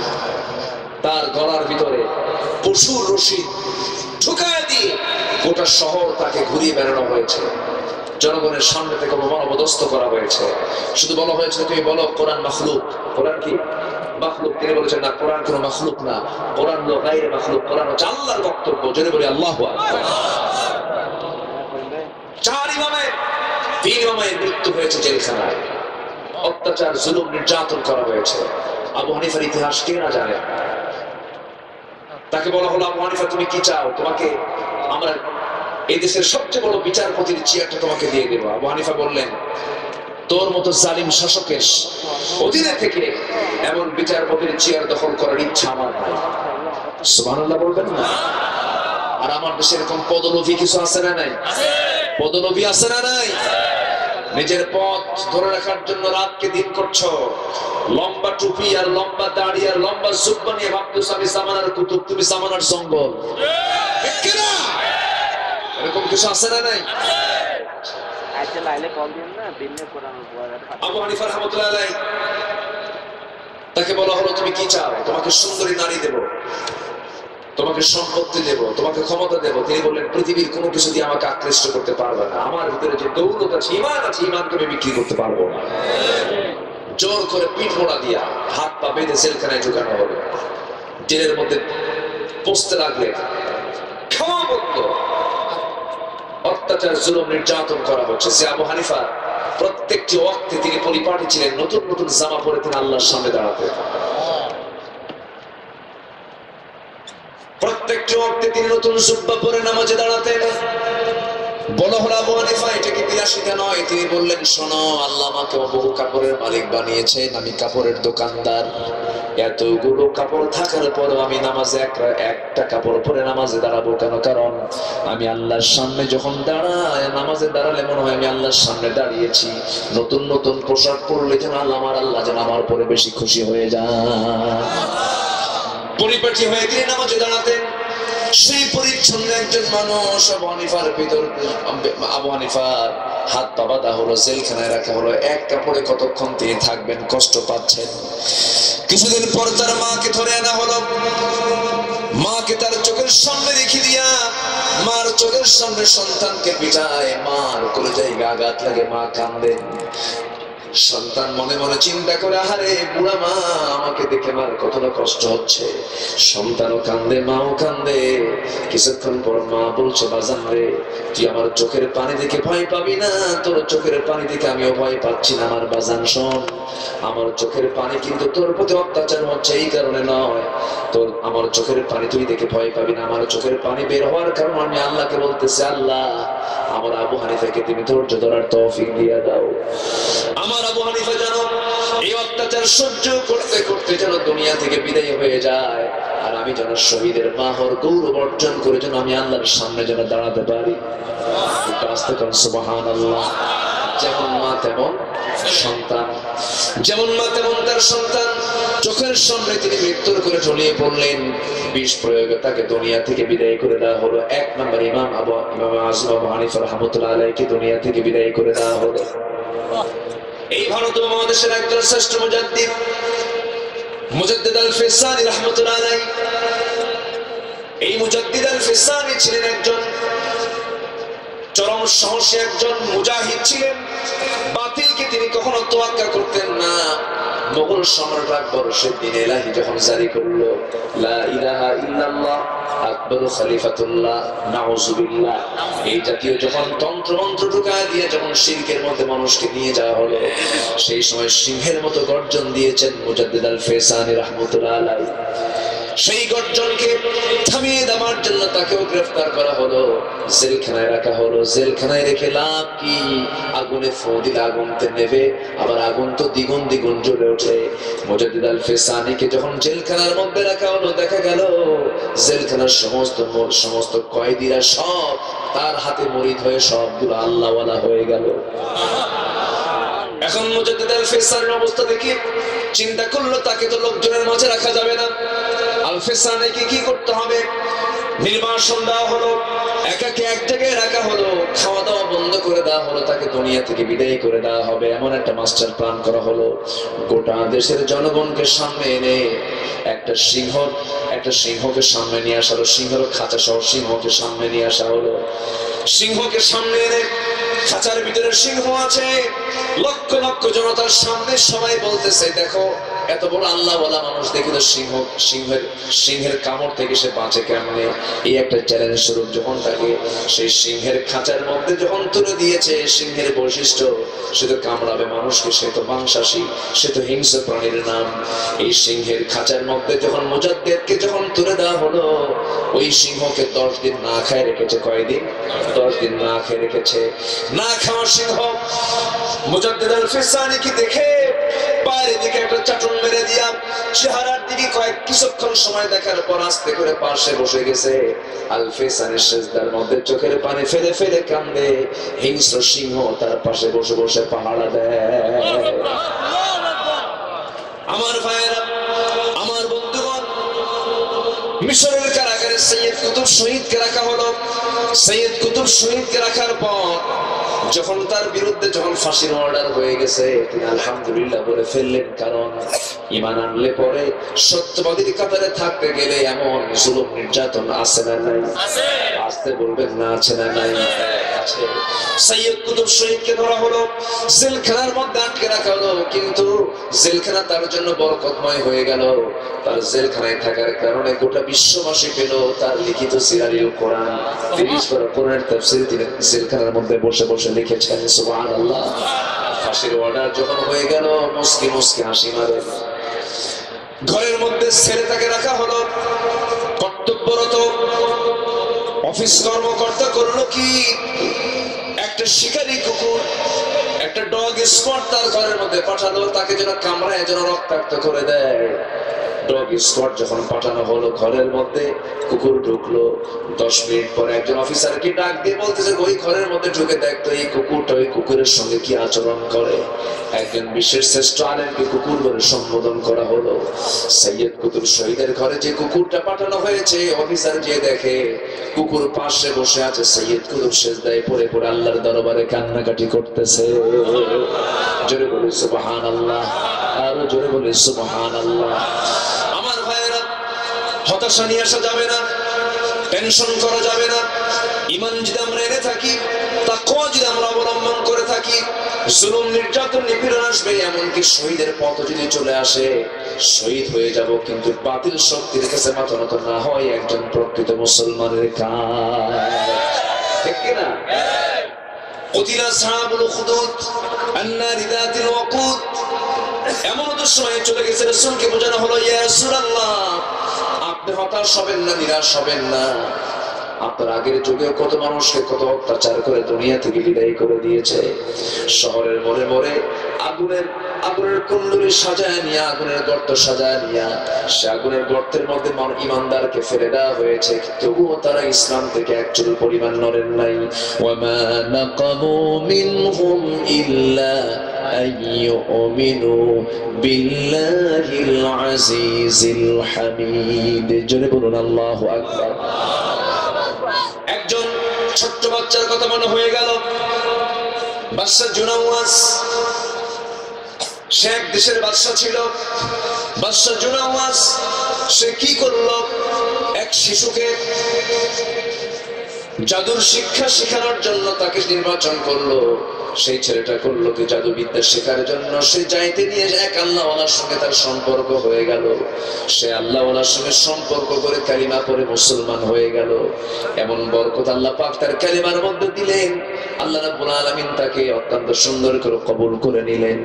বাদশা জুনাওয়াজ পরে সেই ছেলেটাকে ডাক দিয়ে বলছে, আব্দুল্লাহ বিন তামের, তুমি নাকি কালিমা গ্রহণ করেছো, তুমি নাকি দ্বীন গ্রহণ করেছো। সঙ্গে সঙ্গে আব্দুল্লাহ বলে ফেললো, আমাকে এরকম করে প্রশ্ন করছো কেন? আমি তো সত্যই, আকাশে সূর্য ওঠা যেমন সত্য, আমার দিন গ্রহণ তেমনই সত্য, আমি তো কালেমা গ্রহণ করে নিয়েছি।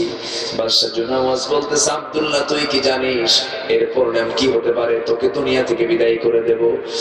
বাদশাহ জুনাওয়াজের এই কথায় ছোট্ট বাচ্চা, সেই ছোট্ট বাচ্চা আব্দুল্লাহ ইবনে তমের বলে ফেললেন যে দিনটা গ্রহণ করেছি, দুনিয়া থেকে বিদায় হতে পারে কিন্তু আল্লাহর দিন থেকে এক চুল পরিমাণ নড়বো না। জোরে বলি আল্লাহু আকবার, আরো জোরে আল্লাহু আকবার। সিদ্ধান্ত নিল তাকে মেরে ফেলার জন্য।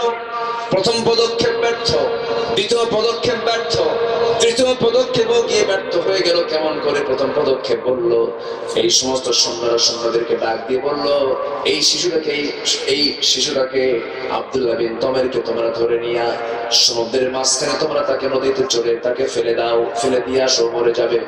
সেই পানি খেয়ে খেয়ে দুনিয়া থেকে বিদায় হয়ে যাবে, ডুবে মারা যাবে। সমস্ত সৈন্যরা তাকে সমুদ্রের ঠিক মাঝখানে যখন নিয়ে চলে গেল, এমন প্রবল ঝড় শুরু হয়ে গেল, সমস্ত সৈন্যরা সমুদ্রের মাঝখানে সব হাবুডুবু খায় মরে গেল। একটা ঢেউ এসে তাকে এমন একটা ধাক্কা মেরে কুলে চলে আসলো। বাদশাহ জন্য আমাদের সামনে গিয়ে বলছে, তুই আমাকে পানি দিয়ে মারতে পারবি না, কারণ আমাকে মারার মালিক কে? আসতে বলবে না, মারার মালিকটা কে? মারার মালিক হচ্ছে আল্লাহ তাআলা। এরপরে ওই বাদশা চিন্তা করলো কিভাবে মারা যায়। এবার করলো কি, পাহাড়ের চূড়ায় নিয়ে চলে গেল। পাহাড়ের চূড়ায় নিয়ে গিয়ে পাহাড়ের চূড়া থেকে তাকে ফেলে দেবে, তাও পারলো না। এক পর্যায়ে কি হলো, সেখান থেকে প্রচন্ড একটা ভূমিকম্প হলো। সেই ভূমিকম্পের মধ্য দিয়া সমস্ত সৈন্যগুলো সব তছনছ হয়ে গেল, সব ধ্বংস হয়ে গেল। বাতাসকে আল্লাহ অর্ডার করলেন নিরাপদে সেই পাহাড় থেকে নেমে আবার বাদশার সামনে হাজির হয়ে বলছে, দুনিয়ার কোন পাহাড়ে নিয়ে আমাকে তুমি মারতে পারবে না, তবে হ্যাঁ আমাকে মারতে পারবে না একজন, তিনি কে? আসতে বলবেন না, তিনি কে? আল্লাহ পারবেন। এবার বাদশা জুনাওয়াজ নিজেই বলতেছে, আমি তোকে মেরে ফেলতে চাই, তোকে কেমন করে মারবো তুই আমাকে শিখায় দে। এবার তিনি বলছেন, শোনো, আমাকে যদি মারতে চাও তোমাকে বলতে হবে বিসমিল্লাহি রাব্বিল গোলাম, বিসমিল্লাহি রাব্বিল গোলাম। এইভাবে যদি তুমি আমার মৃত্যুর সময় আমাকে জবাহ করতে, আমাকে মেরে ফেলতে যদি আমার আল্লাহর নামটা নিতে পারো, তাহলে আমাকে তুমি মারতে পারবে। এই কথা বলার পরে এবার কি করা হলো, এবার তিনি শর্ত জড়িয়ে দিলেন, ওই ছোট্ট বাচ্চারা শর্ত জড়িয়ে দিল, এই কথাটা তুমি বলে আমাকে মারবে আর শহরের সমস্ত মানুষকে আমার সামনে হাজির করবে। সমস্ত লোককে, শহরের সমস্ত নগরের সমস্ত লোককে তার সামনে হাজির করে দেওয়া হলো। এবার আব্দুল্লাহ ইবনে তমেরকে যখন সবার চোখের সামনে নিয়ে দুই হাত দুই পা বেঁধে যখন বললো বিসমিল্লাহি রাব্বিল বিসমি রাব্বিল গোলাম, অর্থাৎ আল্লাহর নামে জবাহ করতেছে, আল্লাহর নামে জবাহ করা হচ্ছে। জবাহ হয়ে গেল, ঠিক শহীদ হয়ে গেলেন ঠিক। কিন্তু গোটা শহরের মানুষ জানতে পারলো আব্দুল্লাহ যে আল্লাহর দাওয়াত দিয়েছে, যে রবের দাওয়াত দিয়েছে, সেই রবটাই হলো একমাত্র রব। সমস্ত শহরের মানুষ একসঙ্গে তারা বলে ফেললো, লা ইলাহা ইল্লাল্লাহ, লা ইলাহা ইল্লাল্লাহ, লা ইলাহা ইল্লাল্লাহ মুহাম্মাদুর রাসূলুল্লাহ। নিজের জীবন দিয়ে দেওয়ার মধ্য দিয়ে গোটা শহরবাসী কালিমাওয়ালা হয়ে গেল। জোরে বলি আল্লাহু আকবার, জোরে বলি আল্লাহু আকবার। অতএব আমরা যতই আমাদের সামনে ঘাত প্রতিঘাত আসুক না কেন, আমাদের তাকওয়া, আমাদের সত্যবাদিতা আমরা টিকে রাখবো। জোরে বলি ইনশাআল্লাহ, জোরে বলি ইনশাআল্লাহ। আর আরেকটা বিষয় হলো, ওমাইয়ুতি আল্লাহ ওয়া রাসূল, যারা জীবনে সকল জায়গায় আনুগত্য করবে দুজনের, এক নাম্বার কে? আসতে বলবেন, এক নাম্বার কে? নাম্বার 2 হচ্ছেন মুহাম্মদ সাল্লাল্লাহু আলাইহি ওয়াসাল্লাম। এই আনুগত্য যদি ঠিক থেকে যায়, তাহলে আল্লাহ বলছেন ফাকাদ ফাযা ফাওজান আযীমা, সে হবে মহা সাফল্যের সাফল্যবান। জোরে বলি আল্লাহু আকবার। আমরা কি সফলতা অর্জন করতে চাই? আমরা কি সবাই সফল হতে চাই? আনুগত্য করবো এক নাম্বার কার? আমার রবকে, আমার বিধাতাকে, আমার আইনদাতাকে, আমার বিধানদাতাকে, আমাকে চালানকে, আমাকে খাওয়ানকে, আমাকে পড়ানকে, আমার সব কিছু দেখেন কে? কোন সন্দেহ আছে? মার পেটে খাওয়াইছেন কে? মার পেটে কি আমি পেশাব করেছি, পায়খানা করেছি? না, মার পেটে পেশাবও লাগলো না, পায়খানাও লাগলো না, কিন্তু আমাকে খাওয়ালেন কে? অনেক বেকুব কয় আল্লাহ বলে জান্নাত দেবে, সেই জান্নাতে পেশাব পায়খানা নেই। তাহলে মানুষ কেমনে থাকবে? তুই বেটা, তুই মার পেটে যে 9 মাস ছিলি, তুই কেমনে পেশাব পায়খানা ছাড়া তুই মার পেটে খাওয়া দাওয়া করলি? বুঝিস না? আল্লাহু আকবার। সম্মানিত ভাইরা, সম্মানিত বন্ধুগণ, আমরা আল্লাহর আনুগত্য করব, আমার নবীর আনুগত্য করব, জীবনের এক জায়গায় না সব জায়গায়। আচ্ছা, অনেকগুলো প্রশ্ন, তো ফজর হয়ে যাবে দেখতেছে। আমার সঙ্গে কি সবাই থাকবেন? আমাকে সময় দেবেন সবাই? কেউ গেছে নাকি, চলে গেছে কেউ? কেউ যায়নি, কিন্তু আমি এত আনন্দিত আপনাদেরকে পেয়ে। একটা লোকের কোনো নড়াচড়া নেই, বলি আলহামদুলিল্লাহ। একটার কাছাকাছি হয়ে গেছে প্রায়, লোকজনের কোনো নড়াচড়া নেই, বলি আলহামদুলিল্লাহ। জনে বলি আলহামদুলিল্লাহ। আনুগত্য কাকে বলে? আনুগত্য হলো ভালোবাসা এবং আনুগত্যের মধ্যে তফাৎ আছে।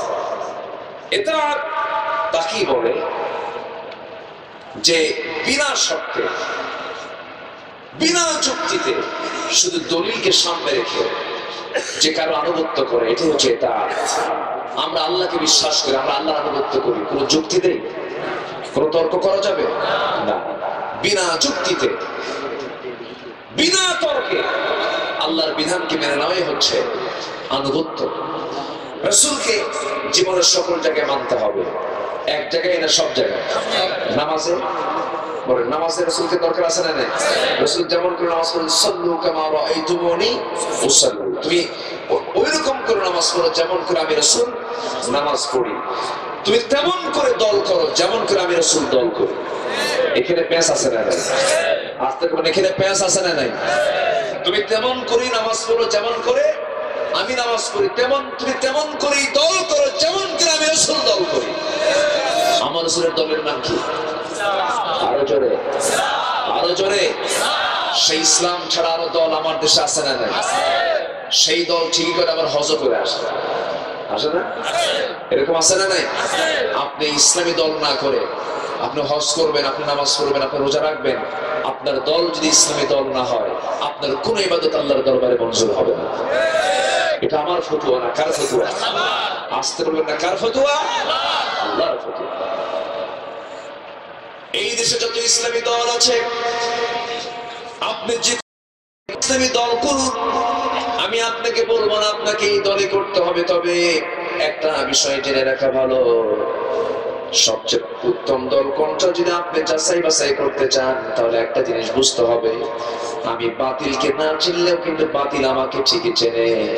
যে বাতিল শক্তির অস্ত্রগুলো, যে তাগুতের শক্তির অস্ত্রগুলো যেদিকে তাক করা থাকবে, যে দলের দিকে ভাবতে হবে, ওই দলটাই হলো প্রকৃত ইসলামী দল। যে দলের মৃত্যুর শহীদের তালিকা লম্বা, যে দলের জুলুমের তালিকা লম্বা, যে দলের কর্মীরা সবচেয়ে বেশি মাসুম হবে, সেটাই তো হক দল হবে, সেই দলটাই উত্তম দল হবে, সেই দলটা সবচেয়ে বেহেতের দল হবে। আমার বন্ধুগণ, আকলমান নিশানা বাসা সচেতন ব্যক্তির জন্য ইঙ্গিতটাই যথেষ্ট, আপনারা বুঝে নেন। আমার বন্ধুগণ, যে কোনো একটি ইসলামী দল আমাকে আপনাকে করতেই হবে, যে দল হোক না কেন, কিন্তু অনিসলামী কোন দল করা যাবে না। এটা হারাম। কে করেছে? আসতে বলবেন না, কে করেছে? আমার দেশে ইসলামী দলের বাইরে আরো দল আছে না নাই? আসতে বলবেন না, আছে না নাই? ওই সমস্ত দলগুলোর ম্যানিফেস্টোর ভিতরে কেউ সেকুলারকে মানে, কেউ ন্যাশনালিজমকে মানে, কেউ ক্যাপিটালিজমকে মানে, কেউ সোশ্যালিজমকে মানে। এই সমস্ত ইসমগুলো সব পশ্চিমাদের তৈরি। সেকুলারের দিকে তাকান, এটা উৎপত্তি হয়েছে পশ্চিমা থেকে। আপনি ন্যাশনালিজমের দিকে তাকান, এগুলোর উৎপত্তি হয়েছে পশ্চিমা থেকে। আপনি এগুলোকে সমাজতন্ত্রের দিকে তাকান, এগুলো উৎপত্তি হয়েছে রাশিয়া থেকে। এইরকম করে এই দুনিয়াতে যত মানব রচিত হিউম্যান ল গুলো আছে, আপনি নামাজ পড়লেন, রোজা রাখলেন, হজ করলেন, যাকাত দিলেন, দান সদকা করলেন, এই সমস্ত পশ্চিমা তৈরি করা সমস্ত দলগুলো আপনি যদি গ্রহণ করেন, ইসলাম ছাড়া এই পৃথিবীতে 70 থেকে 80টি মানব রচিত মতবাদ আছে। কয়টা বলেন? 70 থেকে 80টা হিউম্যান ল আছে। এই সমস্ত মানব রচিত দলগুলো যদি আপনি করে, যদি নামাজ পড়ে পড়ে কপাল কালো বানান, রোজা রাখতে রাখতে যদি আপনি হাড় হাড্ডি হয়ে যান, দান করতে করতে আপনি যদি ফকির হয়ে যান, আপনি কার্ল মার্কস মানলেন, লেনিন মানলেন, মাও সেতুং মানলেন, এই দুনিয়ার তন্ত্রমন্ত্র, দুনিয়ার কোন সাদামাতার দল আইনকে আপনি বিশ্বাস করে যদি আপনি দুনিয়া থেকে বিদায় হয়ে যান, উপর করে আপনাকে আল্লাহ জাহান্নামে ঢুকাইয়া দিবে। ঠিক কি না? এই জন্য আনুগত্য হবে কার? আসতে বলবেন না, কার? নাম্বার 2 হলো মুহাম্মদ সাল্লাল্লাহু আলাইহি ওয়াসাল্লামের এই দুইটা আনুগত্য আমাকে আপনাকে ঠিক রাখতে হবে। আমরা কোন নেতাকে মানি, যে নেতা ব্যর্থ সেই নেতাকে আমার মানার প্রয়োজন নাই। এই পৃথিবীতে একজন নেতাই ছিলেন সফল, তিনি হচ্ছেন মুহাম্মদ সাল্লাল্লাহু আলাইহি ওয়াসাল্লাম, যার চরিত্র ছিল একদম এমন একটা চরিত্র, যিনি সবকিছুর তিনি মডেল ছিলেন, যিনি ছিলেন সবকিছুর মডেল। কোন দিকে তার একটা দোষ ছিল কেউ পৃথিবীর কেউ প্রমাণ করতে পারে না, পারবেও না। তার শত্রু পর্যন্ত তাকে আল আমিন লকব দিয়েছে।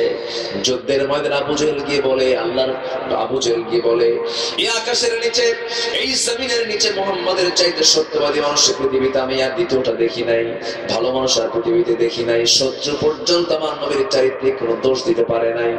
আমার ভাইয়েরা, আমার নবীজি বলেছেন, সাহাবীরা শোনো, দিনের আলোতে যা করি, রাতের আধারে যা করি, সব মানুষের সামনে ওপেন করে দাও। আমার কোনো ভিতর বাহির কোনো চরিত্র নাই। এমন কোন ব্যক্তির বুক উঁচু করে বলতে পারে আমার নবীর মতো এমন কোন ব্যক্তি পৃথিবীতে আছে নাকি? আসতে বলবেন না, আছে নাকি? আমার ভাইয়ের এই জন্য সব নেতৃত্ব ছাড়াও নবীর নেতৃত্ব ধরো, সব দল ছেড়ে দাও, আল্লাহর দলটা ধরো। এটাই হলো আনুগত্য। এটা যদি টিকসই করতে পারো, আল্লাহ বলছেন মহা সাফল্যে সাফল্যবান হয়ে যাবে, আমি তোমাকে জান্নাত দিয়ে দেবো। জোরে করেন সুবহানাল্লাহ। আল্লাহ কবুল করুন, আল্লাহ কবুল করুন, আল্লাহ কবুল করুন। আমি আমার মনে হয় কোনো কথা বাদ রাখি নাই আজকে। আমার এই আলোচনা যদি আপনারা যদি একটু জাতির সামনে যাবে, মিডিয়াতে যাবে, চলে যাবে। আমরা অনেকেই ভাবি কি জানেন, যে আনুষ্ঠানিক কিছু ইবাদতের মধ্যে দিয়ে আল্লাহর সন্তুষ্ট হাসিল করা সম্ভব। অসম্ভব কথা। মুনাফিকরা রোজা রেখেছে, মুনাফিকরা হজ করেছে, মুনাফিকরা নামাজ পড়েছে। মুনাফিকের জন্য জান্নাত না জাহান্নাম? জাহান্নাম। মুনাফিকি কোনো চাল আমরা খাটাবো না। কোরআন পড়বো সুন্দর সুমধুর কণ্ঠে। কোরআনে বলে দিয়েছে যে যে ব্যক্তি ইসলাম ছাড়া অন্য কোনো দল করবে তার কোনো কিছু কবুল করা হবে না। আপনি পড়লেন, আপনি দল করে গেলেন দুনিয়ার দল, দুনিয়ার তৈরি করা দল করলেন, কার্ল মার্কসের দল করলেন, মাওসেতুংয়ের দল করলেন, লেনিনের দল করলেন, পশ্চিমাদের দল করলেন, পুঁজিবাদী সভ্যতাকে মানলেন, সমাজতন্ত্রকে মানলেন। আপনার জন্য কোন ইবাদত আল্লাহর দরবারে মঞ্জুর হবে না। কথা কি বোঝা গেল? ومن يبتغي غير الاسلام دينا فلن يقبل منه وهو في الاخره من الخاسرين। এরপরে আরেক জায়গায় আল্লাহ রাব্বুল আলামিন আরো স্পষ্ট করে ومن يبتغي আরেকটা أفغير دين الله يبغون وله أسلم من في السماوات والأرض طوعا وكرها। সম্মানিত ভাইরা, এজন্য আমাকে আপনাকে তালাশ করতে হবে কার দিন। আসতে বলবেন না, কার দিন? আল্লাহর দিন ছাড়া পৃথিবীতে যত বাতিল দিন, সমস্ত দিনকে আমরা শুধু অমান্যই করব না, ওই সমস্ত দিনকে পরাজিত করে আল্লাহর দিনকে বিজয়ের সংগ্রামে আমরা ঝাঁপিয়ে পড়ব। সবাই কি রাজি আছেন? রাজি আছেন? কারা কারা হাত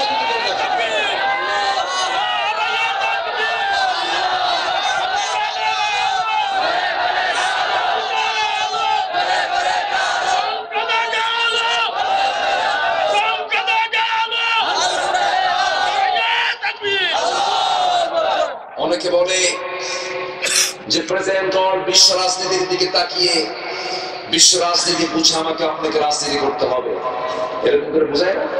এরকম বোঝায় না? মানে বিশ্ব রাজনীতি বুঝে আমি ইমানটা বিক্রি করে ফেলবো না, এমনটি করা যাবে না, এমনটি করা যাবে না। আল্লাহ তুমি সবাইকে বোঝার তাওফিক দিয়ে দাও। জোরে বলি আল্লাহুম্মা আমিন, আরো জোরে আল্লাহুম্মা আমিন। সম্মানিত ভাইয়েরা, সম্মানিত বন্ধুগণ, দুটি আয়াত আমি তেলাওয়াত করেছিলাম, যতটুকু পেরেছি আমি কথা বলার চেষ্টা করলাম। রাত অনেক হয়েছে, একটার কাছাকাছি। আগামীকালকে আমার মাহফিল বেশি দূরে না, মাত্র রাজশাহীতে মাহফিল। রাজশাহী তো ওই পাড়া না, খুব কাছাকাছি নাকি?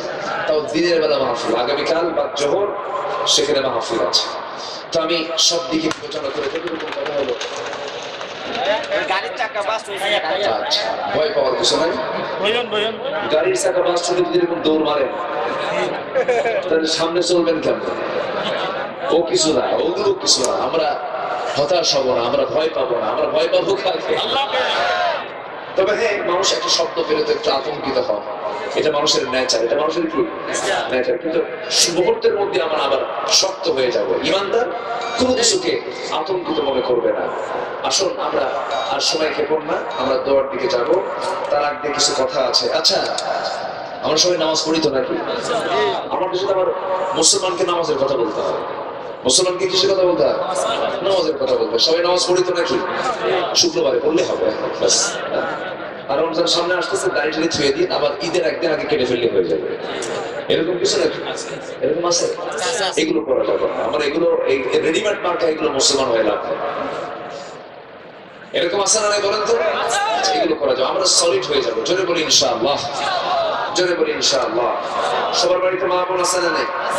মা বোনরা নামাজ কালাম পড়ে পড়ে? খবর টবর নেবো আমরা? আজকে তো খবর নেবো না? বউকে বলবো রান্না বান্না করবে, ভালো কথা, তোর রান্না আমি খাবো, তুই যদি নামাজ না পড়িস আমার রান্নায় তো আমি তো তোর খাবার ভিতরে কোনো বরকত পাবো না। এরকম একটু বাইন্ডিংস করে দিলে নামাজ পড়বে না? আসতে করে নামাজ পড়বে না? আর মাশাআল্লাহ যদি পারেন ডিশ লাইন দিয়া ইন্ডিয়ান ফিল্ম গুলো দেখাবেন ভালো করে। এগুলো আছে না নাই? আছে। নোংরা এগুলো করা যাবে না। আল্লাহ তুমি আমাদেরকে হেফাজত করো। জোরে বলি আল্লাহুম্মা আমিন। আরো জোরে আল্লাহুম্মা আমিন। মেয়েদের গায়ে দিতে হবে টাইট কাপড় না ঢিলা কাপড়? টাইট কাপড় না ঢিলা কাপড়? থ্রি পিস না ম্যাক্সি? ম্যাক্সি। থ্রি পিস দিয়ে কোনো এই এরকম পিস যদি থ্রি কেন আর 10টাও যদি হয় তাও ঢাকবে না। আর ঢাকতে গেলে এক কাপড় দিয়ে ঢাকা যায়, ঢাকা যায় না? 3টা পিস থ্রি পিস মানে কি? 3টা পিস, 3 পিস দিয়াও সব বের হয়ে থাকে। 3 পিস বাদ দিয়ে 1 পিস দাও, দেখবে সব তোমার থেকে গেছে, ঠিক কিনা? বোরকা কয় পিস? বলেন বোরকা কয় পিস? 1 পিস। আর ওদিকে 3 পিস দিয়ে দাও, কাউ ঢাকে না। 3 পিস বাদ 1 পিস পড়ে, ঢেকে ঢুকে পড়েন, ঘিরে ঢালা পড়েন। আল্লাহ তুমি মাদেরকে কবুল করো। জোরে বলি আল্লাহুম্মা আমিন। মামাতো বোন, মামাতো ভাই, খালাতো ভাই, ফুফাতো ভাই, দুলা ভাই, দেখা করা জায়েজ? আসতে কোন কেন? দেখা করা জায়েজ নাই। বেড়া ক্ষেত খায়, বেড়া ক্ষেত খায়, একটা কথা আছে এলাকায়, এটা আছে কিনা কথা? বেড়া কি বলে এলাকায়? বেড়া কি বলে? বেড়া টিয়ারা, টিয়ারা, টিয়ারা, টিয়ারা বলে না? টিয়ারা। অর্থাৎ আমি যেটা বুঝাতে চাচ্ছি, দূরের মানুষের চাইতে কাছের মানুষের ক্ষতিটা বেশি। দূরের মানুষ দ্বারা যতটুকু আক্রান্ত হবে একজন নারী, কাছের মানুষের দ্বারা আক্রান্ত হয় কি কম না বেশি? বেশি। চাচাতো ভাইয়ের সঙ্গে, চাচার বাড়ি তো কাছে, চাচার সঙ্গে আপনি দেখা করতে পারবেন চাচাতো বাপের মতো, কিন্তু চাচাতো ভাইয়ের সাথে দেখা করা যাবে? আচ্ছা, আপনি খালার সঙ্গে দেখা করতে পারবেন, কোনো আপত্তি নাই, কিন্তু খালাতো বোনের সঙ্গে দেখা করা যাবে? খালি খালাতো বোন মানে খালার সঙ্গে খালি দেখা হলে খালাম্মা আসসালামু আলাইকুম, খালাম্মা আসসালামু আলাইকুম, মানে এত ঘন ঘন বলার কারণ হলো খালাম্মা আপনার সঙ্গে 10 মিনিট আর আপনার মেয়ের সঙ্গে 1 ঘন্টা। কি কথা বোঝা গেল কি? এগুলো করা যাবে না, এগুলো বাদ দিতে হবে। এই পরিবেশগুলো সৃষ্টি করতে হবে অভিভাবকদের, যারা গার্জিয়ান আছেন তাদেরকে খেয়াল করতে হবে। দুলা ভাইয়ের হোন্ডায় কোনো শালি চড়তে পারবে? আসতে কমে না, চড়তে পারবে? চলে না? নতুন দুলাভাই পায়া, দুলাভাই নিয়ে চলেন, ওই দেখেন দুলাভাই, আমি তো দুলাভাই না তোমার, তো দুলাভাই ডাক দিয়ে আমার হোন্ডায় নিয়ে যান, আমার এই হোন্ডায় নিয়ে যান। হোন্ডায় চললো, হোন্ডায় চড়ে এখন শালি মনে মনে চিন্তা করে, নতুন দুলাভাই গায়ের সঙ্গে গা লাগলে কেমন হয়? এই তো সম্মান, উনি আমার সম্মানিত ভাই, একটু দূরে দূরে বসে, মাঝখানে গ্যাপ দিয়ে একটু দূরে বসে, কিন্তু দুলাভাই এমন সামনে যে এমন ব্রেক মারে, এক ব্রেকে গ্যাপ পূরণ। তো গ্যাপ পূরণ করার সুযোগই দেওয়া যাবে না, কারণ যেখানে দুজন সেখানে তৃতীয় জন শয়তান আছে না নাই? আসতে বলবেন না, আছে না নাই? জেনার নিকটেই যেও না, মানে হুন্ডাই চুরিও না, চুরিও না, ওলা তাকরাবু জিনা, জেনার নিকটে যেও না। কার কথা? কোন পার্কে যাওয়া যাবে না। শিশু পার্কে শিশু বসে না যুবতী বসে? নাম দিছে কি পার্ক? আর বসে কে? যুবতী। তার নাম দিতে হবে কি যুবতী না শিশু? বিরাট যুবতী পার্ক। আর পাশে থেকে কি যুবক না কি জামানার কুতুব। এই যে নোংরামি গুলো হয়, এই নোংরামি গুলো বন্ধ হবে শুধু ওয়াজ দিয়া না আইন দিয়া। ওয়াজ দিয়া না আইন দিয়া। পর্দার বিধান জারি হলে এগুলো থাকবে? থাকবে? এগুলো থাকবে? থাকবে না। আমরা এগুলো বোঝার চেষ্টা করবো। জোরে বলি ইনশাআল্লাহ। আল্লাহ আপনি সবাইকে কবুল করে নিন। জোরে বলি আল্লাহুম্মা আমিন। ফজর পড়বো আমরা, ফজর, যোহর, আসর, মাগরিব, এশা। কয় ওয়াক্ত নামাজ? আসতে বলবেন না, কয় ওয়াক্ত নামাজ? জীবনে কেউ ছেড়ে দেব? ছেড়ে দেওয়া যাবে না। কোন মুমিন কি নামাজ ছাড়তে পারে? নামাজ বাদ দিতে পারে? নামাজ আমার আপনার জন্য ফরজ আইন কে করেছেন? আল্লাহ করে দিয়েছে। নামাজ বাদ দেওয়া যাবে না, এটা গুরুত্বপূর্ণ বিষয়। খেয়াল করবো আমরা চেয়ারে বসে নামাজ পড়ার হুকুম কি? মসজিদগুলোতে এখন এমনও মসজিদ আছে মুসল্লির সংখ্যা 12 আর চেয়ারে নামাজের সংখ্যা হলো 11। মানে মুসল্লি 12 জন আর চেয়ারে পরে হলো 11 জন। ইমাম সাহেব তার চেয়ারে হয় না, সে নামাজটা পড়ে, মুসল্লি সব চেয়ারে পড়ে। চেয়ারে যদি আপনাকে নামাজ পড়তে হয়, জামাতে নামাজ পড়ার দরকার নেই, আপনার বাড়িতে পড়ে। কি ঠিক কিনা বলেন? এগুলো করা ঠিক না। বর্তমানে অনেক মায়েরা ভরণ পোষণের দোহাই দিয়ে জন্ম নিয়ন্ত্রণ করে থাকেন। ইসলামের ব্যাপারে কোন শিথিলতা আছে কিনা মারাত্মক প্রশ্ন করেছেন। লা তাকতুলু আওলাদাকুম খাশিয়াতা ইমলাক, এই আয়াত আপনি জানার পরে যদি আপনি এগুলো করেন তাহলে এগুলো হত্যার শামিল হবে। কিসের শামিল হবে বলেন? হত্যার শামিল। পৃথিবীর কোন মুফতি এই ব্যাপারে কোনো কথা বলতে পারবে না, একমাত্র ওজোর ছাড়া। খুব মেজর প্রবলেম, খুবই অসুস্থ, সে তার জীবন ঝুঁকিপূর্ণ হয়ে যাবে, এই অপশন ছাড়া কোনো সুযোগ নাই, কোনো সুযোগ নাই। জন্ম নিয়ন্ত্রণ আর জন্মহার বৃদ্ধি এখন কানাডা বোঝে। কানাডায় মানুষ নাই, কানাডায় কি নাই? মানুষ নেই। সন্তান বেশি যার বেশি তাকে গভর্নমেন্ট আরো পুরস্কার দেয়। গভর্নমেন্ট কি দেয়? পুরস্কার দেয়। এটাকে আমরা বরকত মনে করবো। দেখেন না আমার দেশের ধনীদের সম্পদ হাজার হাজার কোটি টাকা, মাত্র একটা তাও চোখে দেখেন। টেরা পেট ফুটা, ওই ফুটা, ন্যাংরা, বিশাল হাজার হাজার কোটি টাকার মালিক, একটা ছেলে তাও প্রতিবন্ধী আছে না নাই বলেন তো? আল্লাহ গরিবকে সন্তান দেয় আর ধনীকে সম্পদ দেয়, আল্লাহ লেভেল করে দেয়, বুঝলেন না? তোরে তো টাকা পয়সা দিয়ে তোরে দিলাম যা। আল বানুন আল মালু ওয়াল বানুন জিনা। তো আল্লাহ পাক, হ্যাঁ জি, তো আল্লাহ পাক আবার ফিতনাও আছে। এক জায়গায় সৌন্দর্য, আরেক জায়গায় কি ফিতনা। ইন্নামা আমওয়ালুকুম ওয়া আওলাদুকুম ফিতনা, আবার আল মালু ওয়াল বানুনা জিনা। আল্লাহ পাক এক জায়গায় বলেছেন সৌন্দর্য, আরেক জায়গায় বলেছেন ফিতনা, মানে পরীক্ষার সামগ্রী। এই জন্য সন্তান সন্ততি যখন হবে, সন্তান সন্ততির খবর নেওয়ার দায়িত্ব আমাদের আছে না নেই? আচ্ছা, আমরা নেব। তবে জন্ম নিয়ন্ত্রণের কোন বৈধতা পৃথিবীর কোন হক্কানি মুফতি দিতে পারবে না। ইসলামের সাথে রাজনীতির সম্পর্ক পারস্পরিক নাকি সাংঘর্ষিক? ইসলাম ছাড়া রাজনীতি হয়? বলেন হয়? ইসলাম ছাড়া রাজনীতি হয় না? রাজনীতি ছাড়া ইসলাম হয়? যে ইসলাম, যে প্রকার ইসলাম মানতে চায়, যারা রাজনীতি মুক্ত হয়ে ইসলাম মানতে চায়, সেই ইসলামই মানে না। ঠিক কিনা? ইসলাম মানতে গেলে রাজনীতি সহ ইসলাম মানতে হবে। ঠিক কিনা? ব্যাস। সাংঘর্ষিক কেন? যমজ সন্তান। রাজনীতি এবং ইসলাম হলো আল ইসলাম ওয়াস সুলতান ইখওয়ানি তাওয়ামান, যমজ দুই সন্তানের মতো। আল্লাহু আকবার বলো। শেষ। বর্তমানে অনেক মানুষ অপরাধ অবস্থায় ক্ষুদ্র ঋণ নিয়ে থাকে, যেখানে সুদের লেনদেন হয়। অপরাধ অবস্থায় এই ধরনের, হ্যাঁ, এখন আপনি মরে যাচ্ছেন, মৃত্যুর দুয়ারে হাজির, আপনি কি করবেন? আছে না? আছে না? এরকম সুযোগ আছে না? আছে। এখন কি করবেন? উপায় তো নাই। আমার দেশ তো সুদের উপরই প্রতিষ্ঠিত, আলহামদুলিল্লাহ। কি করবেন? যেরকম নাউজুবিল্লাহ।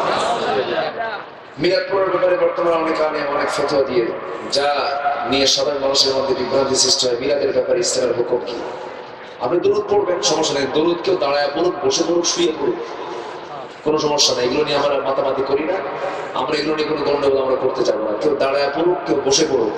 اللهم صل على محمد وعلى آل محمد كما صليت على إبراهيم وعلى آل إبراهيم إنك حميد مجيد। আমি যদি শুয়ে পড়ি হবে না? শুয়ে পড়লে হবে না? বসে পড়লে? দাঁড়ায় পড়লে? বাস হয়ে গেল। এই তো, আমার তো কোনো সমস্যা নেই। আচ্ছা আচ্ছা, এরপরে আর কি? শেষ, মোটামুটি শেষ। তো আর প্রশ্ন দিয়েন না, আমি এত কিছু বুঝি না। ইয়াবা, ইয়া বাবা, ইয়া বাবা, এটা বার্মা আমাদের প্রতিবেশী রাষ্ট্র। ভাবতেছে যে এই দেশের যুব সমাজ একটু খাক, ওদের স্বাস্থ্য একটু ভালো ভালো হোক, এই জন্য ইয়া বাবা ওরা পাঠায়, ভালো জিনিস পাঠায়, তাই না? এই হচ্ছে বার্মার কাজ। আর ইন্ডিয়ার কাজ হলো বন্ধু প্রতিম দেশ, ওরা একটু পাঠায় ফেন্সিডিল, একটু লিকুইড পাঠায়। ওরা কি পাঠায়? ওরা লিকুইড পাঠায়, একটু তরল ফেন্সিডিল পাঠায়, আর এরা একটু দানা দানা পাঠায়, তাই না? বেশি বেশি পাঠায়। কি প্রতিবেশী আমরা পাইছি, মানে অনেকে মান্না, এটা থেকে সালওয়া। সমস্ত নেশা হারাম কে করেছেন? এর সঙ্গে যারা থাকবে ওরাও হারামি। ওরাও কি? ওরা কি হারামি। যারা করবে এটা হারাম কাজ, এবং যারা এগুলোর সঙ্গে সম্পৃক্ত ওরা কি হারামি, জঘন্য কাজ। আমরা মরিচ ভর্তা দিয়ে খাবার খাবো, তবু হারামের কাছে যাব? হারামের কোন আরাম নাই। আল্লাহ তুমি বোঝার তৌফিক দিয়ে দাও। যার সঙ্গে আমরা দোয়া করি। আমার সামনে যিনি দাঁড়িয়েছেন আইয়ুব মোল্লা ভাই, খুব ভালো মানুষ, আলহামদুলিল্লাহ, দিনের জন্য নিবেদিত প্রাণ। আল্লাহ তুমি তাকে কবুল করো।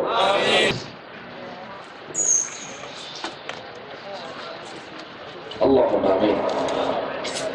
ربنا ظلمنا أنفسنا وإن لم تغفر لنا وترحمنا لنكونن من الخاسرين. গভীর রাত, নিঝুম রাত, ঝিমানো রাত্রিতে চাঁদের মতো হাজার মুসলমান নরনারীকে নিয়ে তাকওয়ার উপরে, সত্যবাদিতার উপরে কিছু কথা বলার চেষ্টা করেছি। গুনার বোঝা মাথায় নিয়ে কাঙ্গাল ভিখারির মতো দুটো হাত পেতে আছে। আল্লাহ, গুনার দিকে নজর দিও না। বান্দা মনে করে তামাম জীবনের সমস্ত গুনাহগুলোকে তুমি আল্লাহ আমাদের মাফ করে দাও। জনম দুঃখিনী মা, জনম দুঃখী বাপ জান যারা চলে গেলেন, জিন্দেগির গুনাহগুলো মাফ করে দাও। কবরগুলোকে জান্নাতের টুকরা বানায়া দাও। অনেক আলোচনা শেষ করে বাড়ি ফিরে যাবো রে। বাড়িতে ফিরে গিয়ে সব দেখবো, কিন্তু মাকে দেখতে পাবো না। বাসায় ফিরে গিয়ে সব দেখবো, কিন্তু আব্বার চেহারা দেখতে পাবো না। সে আব্বা আম্মা যারা চলে গেলেন, জিন্দেগির গুনাহগুলো মাফ করে দাও। কবরগুলোকে তুমি আল্লাহ জান্নাতের টুকরা বানায়া দাও। সবাই চক্ষু বন্ধ করুন। আল্লাহর শেখানো দোয়া পড়ে দিল থেকে হাত একটু উঁচু করে, কণ্ঠটা উজাড় করে আমার সঙ্গে তাল মিলিয়ে মিলিয়ে সবাই আমার সঙ্গে ঠোঁটটা মিলিয়ে মিলিয়ে বলুন, রব্বির হামহুমা কামা রব্বায়ানি সগীরা। রব্বির হামহুমা কামা রব্বায়ানি সগীরা। রব্বির হামহুমা কামা রব্বায়ানি সগীরা। ও আল্লাহ, বিশেষ করে মাহফিলের আয়োজন যারা করলেন, শোনার জন্য দূর দূরান্ত থেকে যারা আসলেন, কাছে দূরে থেকে যারা আসলেন, বিনিময়ে কিয়ামতের কঠিন ময়দানে যেদিন কেউ কাউকে চিনবে না, এমনকি মা সন্তানকে পর্যন্ত স্বীকার করে বসবে, যেদিন মানুষ কাঁদতে কাঁদতে চোখের পানিগুলো ফুলে যাবে, চোখ থেকে রক্ত বের হওয়া শুরু হয়ে যাবে রে, সেই কঠিন মুসিবতের দিনে এই মাহফিল সবার জন্য তুমি আল্লাহ নাজাতের মাধ্যম বানাইয়া দিও। ও আল্লাহ, কচ্ছপিয়ার প্রত্যেকটা ঘরকে তুমি আল্লাহ ইসলামের দুর্গ বানিয়ে দাও। ঘরে ঘরে খালিদ বিন ওয়ালিদ পয়দা করে দাও। আয়েশা, সুমাইয়া, খাদিজার মতো মা তুমি আল্লাহ ঘরে ঘরে পয়দা করে দাও। আয় আল্লাহ তাআলা, কোন দিন দুনিয়া থেকে বিদায় হব জানি না। ও আল্লাহ, মূর্তি যখন হবে শহীদি মওত কপালে জুটাইয়া দিও।